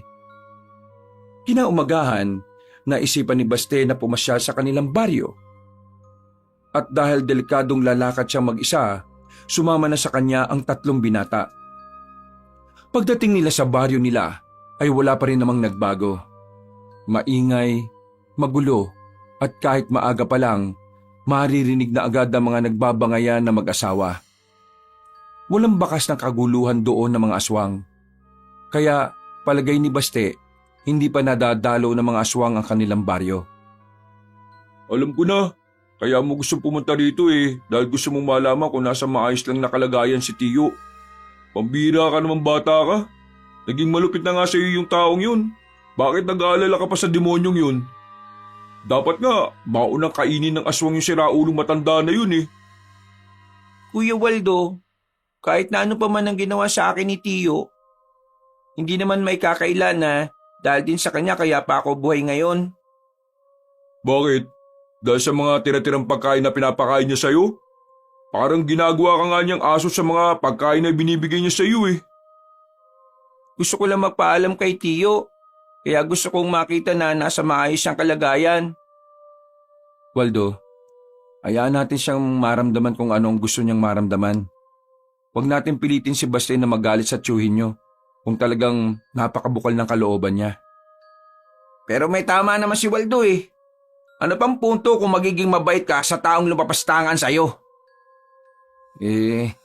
Wala tayong magagawa. Sincero palagi ang kalooban ng mga bata Kaya hindi natin pwedeng sisihin si Baste kung ganun ang tingin niya sa sitwasyon. Hayaan natin siyang maintindihan at matutunan niya ang mga bagay-bagay. Tumigil sila sa paglalakad nang marating na rin nila ang tapat ng bahay ni Mang Erning. Nakabukas naman ang gate na yari sa Palotsina. Kaya pumasok na kagad sila. Unang lumapit si Baste sa pintuan, pero hindi pa man sila nakakapasok sa bahay, nakita nilang lumabas na ang matandang si Erning. Umuubo-ubo ito at kitang-kitang nangihina ito. Malaki na rin ang ipinayat ni Mang Erning kahit na ilang araw pa lang namang hindi nakikita si Baste. Nagtataka ang mga mata ni Mang Erning na nakatingin sa kanila. Kinuha nito bigla ang nakasandal na bakal na tubo sa gilid. Ano? Nagsama ka pa talaga ng mga tao? Bakit? Papabugbog mo ba ako sa mga yan? Tiyo, umalma ka nga. Yang kagad ng reaksyon mo palibasa gawain mo Isa ka pa! Siguro, ikaw ang nag-udyok dito kay Baste na magsumbong sa inyo, ano? Sira ulo ka rin talaga Ang alam mo siguro, hindi ko alam ang ginagawa mo sa buhay ba? Tiyo, hindi po ako nagpunta dito para gantihan kayo sa lahat ng ginawa niyo sa akin hindi maganda. Nandito lang po ako para alamin ang kalagayan ninyo. Uy, ano? Dahil nakita mo na ang kalagayan ko, magiging masaya ka na ba? Eto na ako, inuubo, nangihina, may sakit. Pakiramdam ko nga malapit na ako mamatay O ano, magiging masaya ka na ba kasi ganito na sinapit ko? Kinakarma na ako. Simulan niyo ng magdiwang.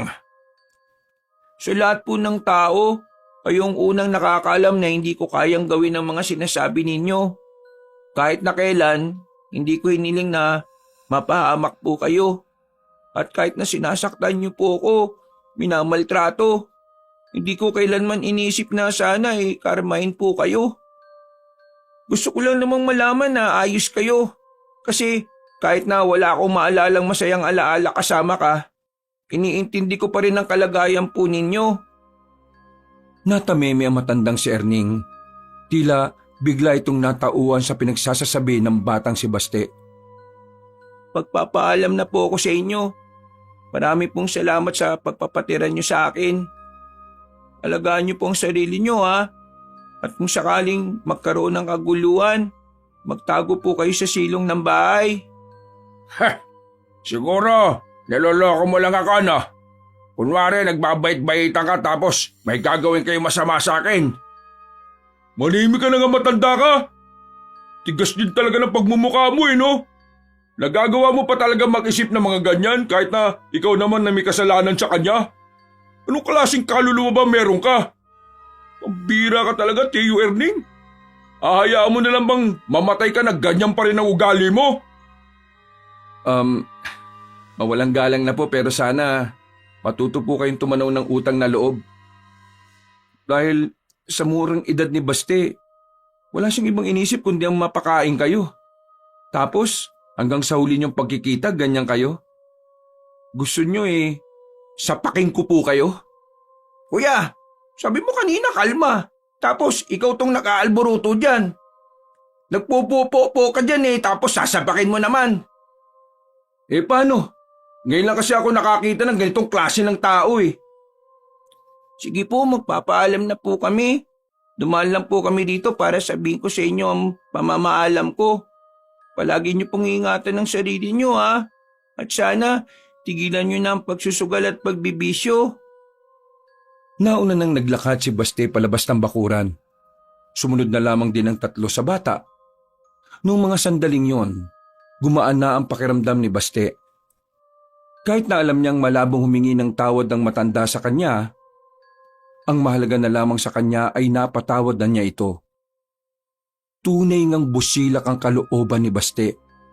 Isang bagay na mas lalong nagustuhan sa kanya ng mutya ng bulalakaw. Ang pagkakaroon niya ng bukal na kalooban ang siyang mas lalong nagpapalakas ng kanyang mutya. Matapos ang madramang sandali, tumigil na muna sila sa isang karinderya. Sakto namang nakapagdala ng pera si Tommy kaya kumain na muna sila roon. Habang kumakain, naririnig nila ang pinag-uusapan ng mga kalalakihan sa kabilang lamesa. Ayon sa mga yon, may isang grupo na naman ng mga manunugis ang tinirada ng mga aswang. Kuya, wala bang ibang paraan para malaman natin ang susunod na galaw ng mga aswang? Hindi ko rin alam kung meron. Traidor kasi mga kilos nila Inuuna nila mga walang kalaban-laban. At kapag yun din naman ang pinrotektahan natin, ang aatakihin naman nila yung mga manunugis. Kaya kong malaman kung saan po sila nagkukuta. Pero kakailanganin ko ng mas malakas na katawan para magawa yun. Mas malakas na katawan? Pwede ka siguro uminom ng energy drink, mga 1 kahon. Hoy, raulo ka ba? Di namatay ang pinsan mo. Mag-isip-isip ka nga. Hindi naman pwede sa bata yung sinasabi mo Parang nagbibiro lang Uy, seryoso tayo ngayon, Waldo. Sasamantalahin ko na po yung pagkakataon. Mag-iinsayo ko na mag-iinsayo para mas lumakas po yung katawan ko. Pagkatapos nilang kumain ay umalis na rin sila sa baryong yon. Bumalik sila sa bahay ni Tommy. At sa pagkakataong ito, isang masamang balita na naman ang narinig nila. Nagtindigan ang balahibo ni Tommy nang malaman na ang mga kasamahan niya nalagas na mga aswang noong gabi. Ang tatanga naman kasi ng mga kasamaan mo Alam naman nilang may mga aswang na sa mga baryo. Nakagawa pa talaga nilang mag-inom ng alak. Yun ang nakaabot na kwento sa kanila mula sa kakilala ni Tommy. Inis na inis si Arnel. Ayaw na ayaw niya kasi talaga ng taong tatanga-tanga. Tama lang pala talaga na umalis ka sa kanila, Teacher Tommy. Mga mukhang hindi naman pala sila nag-iisip Nagpapadala po sila ng mensahe. Ang mga pagpaslang pong ginagawa nila nagpapaiwatig na hindi nila tayo uurungan. Nararamdaman ko po, gumagawa na ng sariling akbang ang kanilang pinuno. At yun po, ang kailangan nating pagandaan. Wala nang sapat na panahon ang batang si Baste para makapag-ensayo ng maraming araw. Kaya naman kinabukasan ay puspusan na agad ang kanyang pagsasanay. Mas pinalakas niya ang kanyang pangangatawan. Sinamantala niya ang pagkakataon na wala pang paramdam ang mga nilalang ng kadiliman. Hapon lang nakapagpahinga ang bata noong mga sandaling yon. Pero dahil sa mutya ng bulalakaw, mabilis lang naman siyang nakaka-recover. Kaya ko na ulit. Magsasanay na po ako. Baste, huwag mo isagan ang sarili mo ha. Baka bigla ka naman magkasakit niyan. Kinagabayan naman po ko ng mutya eh. Kahit pa. Kung minsan, pati ang mutya ay napapagod din. Kapag ang nangangalaga sa kanya ay napapagod. Tumango na lamang si Baste. Sinunod niya ang sinabi ni Tommy. Umupo na lamang siya sa gilid ng malaking bato. Hindi pa po ba nakakabalik si Kuya Waldo at Kuya Arnel? Hintayin na lang natin sila. Ako man din nagugutom na. Sana nakapagdilihensya sila na makakain natin. Gusto niyo po ba manghuli ako ng isda dito sa ilog? Ikaw talaga. Wala namang isda dito sa ilog eh. Bakit po wala? Hindi tumatambay ang mga isda sa tubig na may malakas na agos. Kadalasan, sa mga tubig sila nakalmado. Sayang naman po. Mag-aalas 6 na makabalik ang dalawang binata. Imbis na matuwa si Baste at Tommy dahil makakakain na sila, nawala ang ngiti sa kanilang mga muka nang malaman ang daladala nitong balita. Kuya, yung mga aswang, nasa kabilang baryo. Malapit na sila dito sa baryo natin. Buisit! Pero wait, there's more. Kasama na nila yung kanilang pinuno. Nasa pagkakarinig namin, seryo ang pangalan. Hindi na pala natin sila kailangang hanapin. Sila na mismong lumapit. Kailangan na po nating hanapin ng mga aswang. Pinatunog na ng batang si Baste ang kanyang mga daliri. Handang-handa na siya sa paparating na laban. Wala silang sinayang na pagkakataon. Pinunta na nila ang baryo. Pagdating nila roon, normal pa rin ang lahat. Wala pa silang nararamdaman o nakikitang aswang man lang. Pero hindi na sila naging kampante. Dahil sa pagiging tahimik ng baryo, nararamdaman ni Baste na paparating na ang mga magdadala ng kamatayan ng lahat. Tumayo silang apat sa gitna ng daan. Nakikiramdam, nagmamasid. Alerto na silang lahat. Pero hindi pa rin maiwasan na kabahan. Sa dami ng aswang, alam ni Baste na magiging mahirap sa kanila ang laban. Nandiyan na po sila. Humigpit ang hawak ng 3 binata sa kanilang mga sandata. Nagsimulang dumaloy ang kaba sa kanilang kalooban nang magpakita na sa kanila ang pinuno ng mga aswang. Kaswal lang itong naglakad at tumigil sa harapan nila. Wala itong ibang kasama. Ikaw ba ang nagmamay-ari ng mutya ng bulalakaw? Ako nga po. Kung ako sa'yo, huwag ka nang makialam sa gusto kong mangyari. Bata ka pa, marami ka pang maabot sa buhay. Pero hindi mo magagawa yon kung ngayon mamamatay ka. Isa lang naman po ang gusto kong gawin eh. Yun ay ang ipagtanggol at ang kaligtasan ng mga tao. Umawa ng mahina si Mang Seryo. Minalit nito ang ambisyon ng bata na makuha ang kapayapaan. Sa tagal na kasing aswang ni Mang Seryo, ito ang unang pagkakataon na nakatagpo matanda ng batang nangangalaga sa mutya. Hindi ko na kailangan magsayang pa ng oras sa inyo. Wala sa inyo ang makakapantay sa lakas ko. Mga kasama, tapusin niyo na ang mga ito! Nagsilabasan ng mga aswang na nagtatago lang pala sa gilid-gilid. Unang kita pa lang ni Baste. Ramdam niya kaagad na hindi tatagal sa laban ng mga kasama niya. Hindi naman sa wala siyang tiwala. Ang tumatakbo sa isipan niya ang realidad na kahit kailan hindi mananalo ang kaunting bilang sa mas nakakarami. Bakit hindi mo na lang ako subukan? Para malaman natin kung talagang hindi ako papantay sa lakas nyo. Aba, gusto mo ba talagang masubukan ang pinakamalakas na aswang? Wala naman pong mawawala kung susubukan nyo, di ba? Maliban na lang kung matatalo ka. Talaga pong mawawala. Talagang yumayabang nitong pinsan ko. Tinanggal na matandang si Seryo ang damit niya. Nakita nila ang katawan nitong kahit kulubot na ay punong-puno ng mga tato.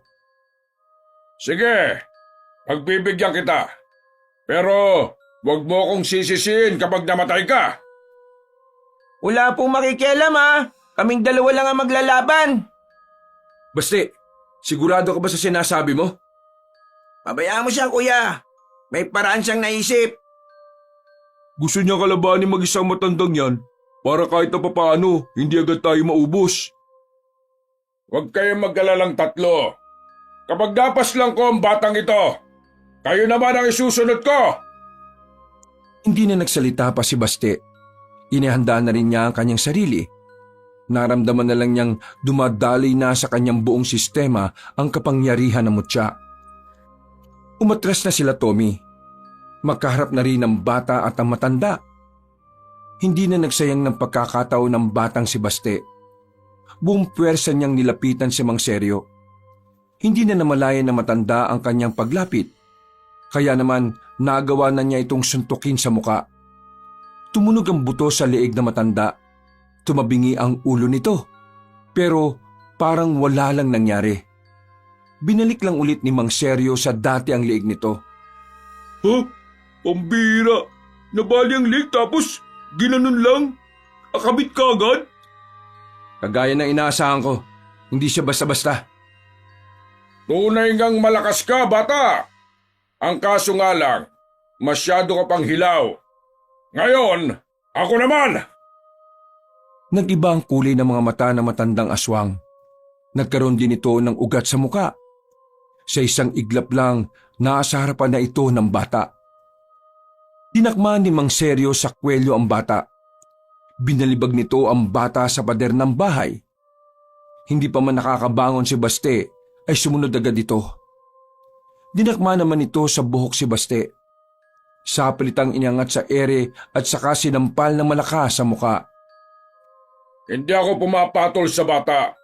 Pero dahil masyado kang makulit, ipapatikim ko sa iyo ngayon ang pagkairita ko sa iyo. Hindi niyo ako masisindak. Sanay na akong binubugbog na matanda. Kaya normal na lang sa akin to.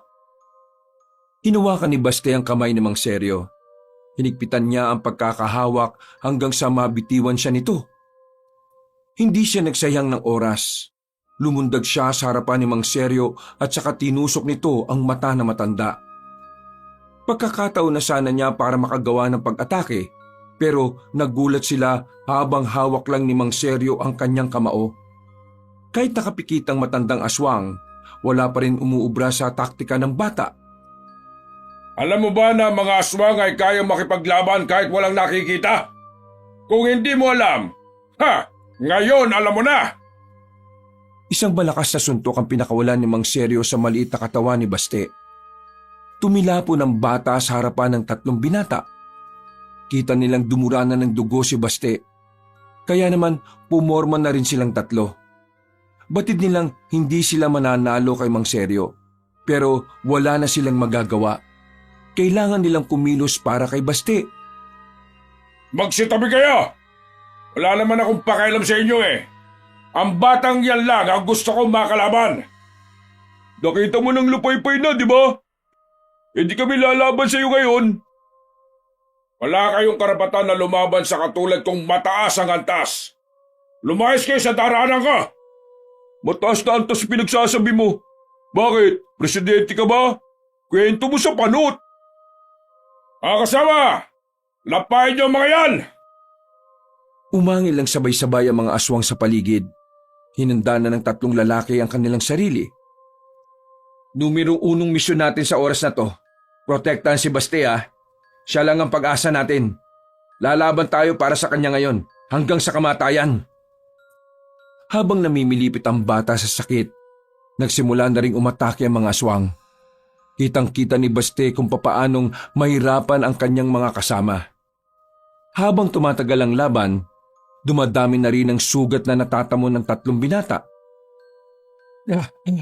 Walang panghinaan ng loob. Marami na tayong napapaslang sa kanila. Ngayon pa ba tayo susuko? Hanggang kamatayan na to. Hindi ako papayag na mamatay ng dahil lang sa mga mokong na to. Tanggapin niyo na lang na ang inyong kinatatayuan ngayon ay siyang magiging libingan ninyo. Muling nakipaglaban ng tatlo.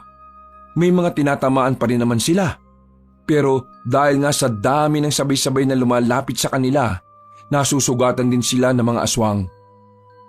Lumipas lang ang ilang minuto, nanlalambot na rin sila Tommy. Kaunting-kaunti na lang ay matatalo na rin sila. Hindi na nila alam ang gagawin. Tila ba binubuhos na lang nila ang natitira nilang lakas. Kaya ba? Kaya ko ba? Ako rin, kaya ko ba? Mas lalo naman ako. Kahit hirap na nilang igalaw ang kanilang mga kamay, hindi mararamdaman sa tinig ng tatlo ang pagsuko. Mas lalo pang nag-aalab ang kanilang katapangan para protektahan ang bata. Nasa mga sandaling yun ay namimilipit pa rin. Nakita ni Baste na malapit na rin bumagsak sila Tommy. Gustuhin niya mang tumayo pero mas lalo lang sumasakit ang buo niyang katawan.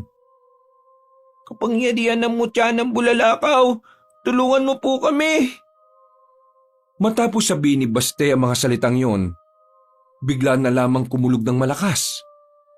Naramdaman niyang nag-iinit ang bato na nasa tagiliran niya. Saktong pagdilat, tumama yon sa bato. Nakaramdam na matinding kuryente ang bata. Nangisay-ngisay ito sandali. Dahil dito, inakala naman nilang napahamak na si Baste. Maging si Mang Seryo din ay tumawa na lang sa sinapit ng bata. Pero ang hindi nila alam, ang kidlat pala na yun na kaloob ng kalikasan ang siyang magdadala ng kalakasan sa mutya ng bulalakaw para harapin ang mga aswang. Lalong-lalo na ang pinuno na si Mang Seryo. Bumangon ang bata, umuusok pa ang katawan nito. Nakatingin sa kanyang dalawang kamay. Tila nahihiwagaan na siya at tila namamangha sa kanyang nararamdaman.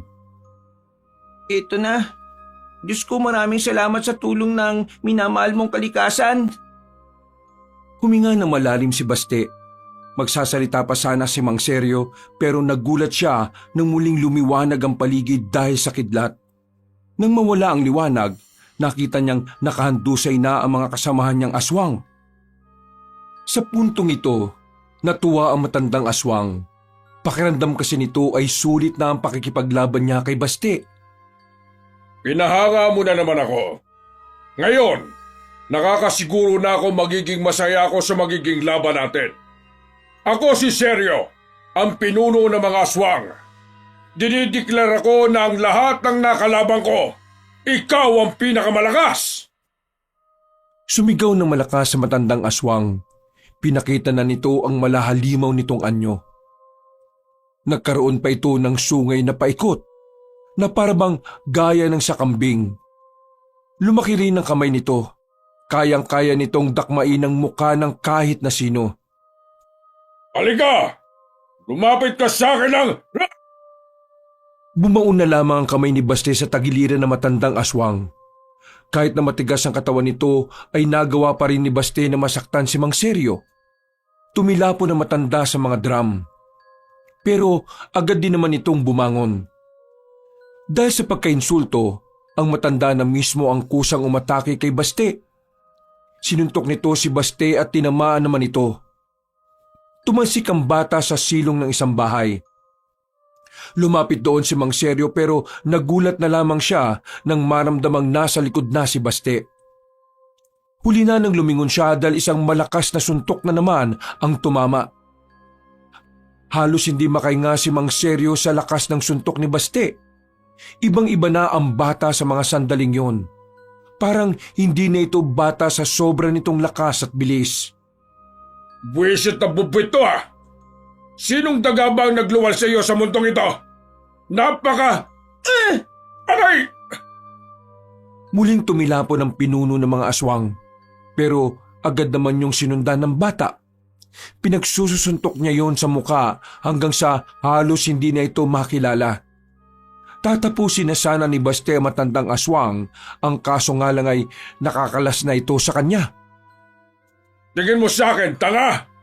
Hindi ako papayag na mapaslang lang ng isang kagaya mong bata!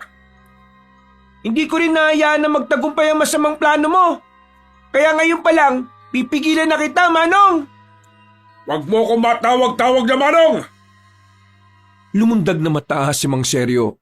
Buong akala ni Baste ay siya ang aatakihin nito. Pero nilagpasan lang siya nito. Nanlaki na lamang ang mata ni Baste nang makitang nahablot na matandang aswang si Waldo. Papaslangin ko ang taong ito kapag may ginawa ka pang hindi ko magugustuhan. Sige! Basti, huwag ka makikinig sa bukog na ito. Gawin mo lang ang gusto mong gawin. Biglang napapaisip si Baste. Si Waldo na lang kasi ang natitira niyang pamilya. Kaya naman, hindi niya rin alam kung kaya niya bang mawala si Waldo. Uy, Basti, huwag mo akong intindihin ha. Masaya ako mamamatay kung matatalo mo tong matandang ito. Makakawalan ko ang taong ito kung ibibigay mo sa akin ang mutya ng bulalakaw. Huwag ka makikinig sa kanya. Baste, ibigay mo na sa kanya ang mutya. Mas mahalaga ang buhay ni Waldo. Naririnig mo ba sinasabi mo, Arnel? O baka bingi kang sinaulo ka? Kapag nakuha niya ang mutya, wala na rin magagawa si Baste. Pero kapag ikaw namatay, wala rin kami magagawa. Huwag ka na mag-inarte, no? Ito lang ang pagkakataon na magiging mahalaga ang buhay mo. Ibig sabihin, buong buhay ko walang halaga ang buhay ko. Ikaw nagsabi niyan ha, hindi ako. Nakapag-desisyon na po ako. Ibibigay ko na ang mutya. Ano? Nabubuang ka na yata? Hayaan na natin si Baste. Desisyon niya yan eh. Isa ka ba? Ibibigay ko ang mutya. Iagis ko sa harapan mo pero kasabay nun, makakawalan mo si Kuya Waldo. Yan! Ganyan nga! Madali ka naman palang kausap, bata ka eh! Parang dinukot ni Baste ang tipak ng bulalakaw sa kanyang tagiliran. Nang makita yun ni Mang Seryo ay tila nagningning ang mga mata nito. Batid na matandang aswang na kapag nakuha na niya ang mutya, malabo na siyang matalo ni Baste. Inihagis ni Baste ang mutya sa tapat na parang hindi man lang nagdalawang isip. Oh, ayan ang mutya ng bulalakaw. Pakawala mo na si Kuya Waldo ko. Tumatawa-tawa pang itinulak ni Mang Seryo si Waldo. Nang masiguro ni Baste na ligtas na ang kanyang pinsan, saka sumilay ang nakakalokong ngiti niya. Pagdampot ni Mang Seryo sa mutya, nagulat ito nang bigla siyang mapaso. Kasing init ng nagbabagang metal ang init ng batong yon. Hindi mo ba alam na ang mutya ng bulalakaw ay hindi nagpapawak sa ibang tao o nilalang? Kaya naman, malabong mahawakan mo yan. Sa madaling sabi, naisahan kita. Bigla na lamang lumutang ang bato at saka tumungo sa direksyon ni Baste. Hinawakan niya ulit yun. Hindi ubra na isip mong paraan, Mang Seryo. At dahil alam kong mas uunahin mo ang mga walang laban, sisiguraduhin ko nang hindi mo na yung magagawa pa. Walang iya ka! Niloko mo ako! Tuso kang bata ka! Ang sabi nila, mapanlin lang daw ang mga aswang. Pero ngayon, napatunayan natin na mas mapanlin lang ang mga tao. Kaya sa susunod niyong buhay, hindi na kayo dapat magtiwala sa mga tao. Paalam po sa inyo! Muling pumorma ang batang si Baste. Nakita nilang tila umuusok ang kamao nito. Nagkaroon din ng malakas na hangin na pumapalibot sa bata. Ano yan? Ipo-ipo? Gumilit sila Tommy sa pagkakataong yon. Nang mawala ang malakas na hangin, mabilis na nilapitan ni Baste ang matandang si Seryo. Sinuntok niya ito ng malakas sa dibdib. Nang makita ni Baste na sumuka na ng dugo ang pinuno ng mga aswang, ginamit naman niya ang kaliwang kamao niya. Sinuntok niya ulit si Mang Seryo at sa pagkakataong yon ay tumilapon na ang matanda. Sumadsag pa ito sa lupa at saka tumama sa pader ng bahay. Hindi maaari. Hindi ako pwedeng matalo na isang bata lang. Hindi na bata ang isang batang kinapitan ng malakas na mutya. Una pa lang, ay alam niyo na yun dapat. Tuwang-tuwa ang matandang si Seryo. Bagay na ikinagulo naman ang isipan ng tatlong lalaki.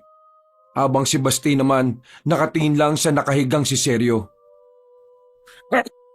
Akala niyo ba matatapos na ang angkan naming mga aswang kapag pinaslang niyo ako? Hindi! Isa lang akong sanga. Hindi niyo pa nahahanap ang puno. Kung kinakailangan na baliin namin ang sanga ng puno na sinasabi mo, gagawin ko yun ng paulit-ulit. Nilapitan ni Baste si Mang Seryo. Hinawakan niya ang matanda sa kwelyo at pinaupo. Isinandal niya yun sa pader. Unti-unting pumikit ang matandang si Seryo. Buong akala nila ay patay na ang matandang aswang. Pero pagtalikod ni Baste, bigla na lamang yung tumayo at takmang kakagatin nito ang bata.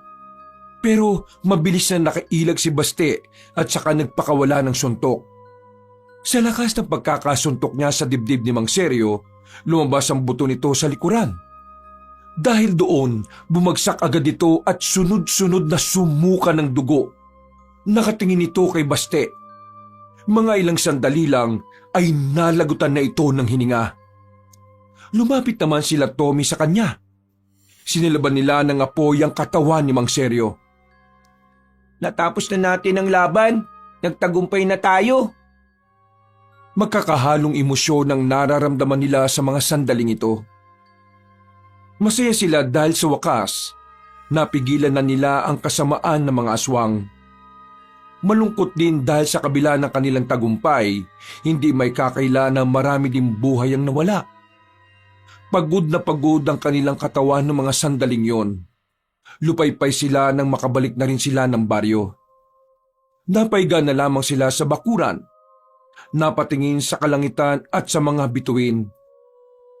Lawakas, makakatulog na rin ang maimbing.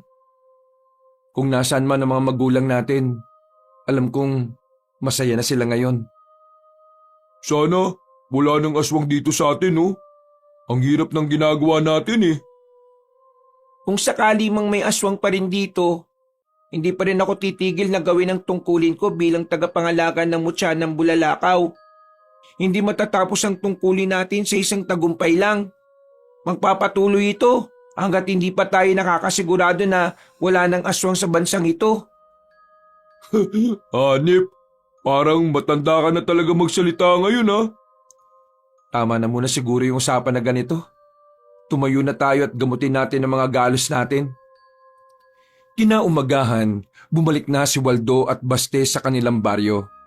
Maging sa kanilang baryo, pumutok din ang balita na si Baste at ang 3 binata ang nakatalo sa mga aswang. Dahil dito, nakilala sila sa kanilang kabayanihan. Marami ang humanga sa kanila. Habang naglalakad, nakita nila si Mang Erning. Hindi makatingin ng maayos sa kanila. Pero pasimple itong tumango at ngumiti. Ngumiti na lang din si Baste. Noong mga sandaling yon, sinabi niya sa kanyang sarili na handa na niyang kalimutan ang masamang nakaraan niya. Gusto niyang simulan ang kanyang bagong buhay kasama ang mga taong tunay na nagmamahal sa kanya. Wakas,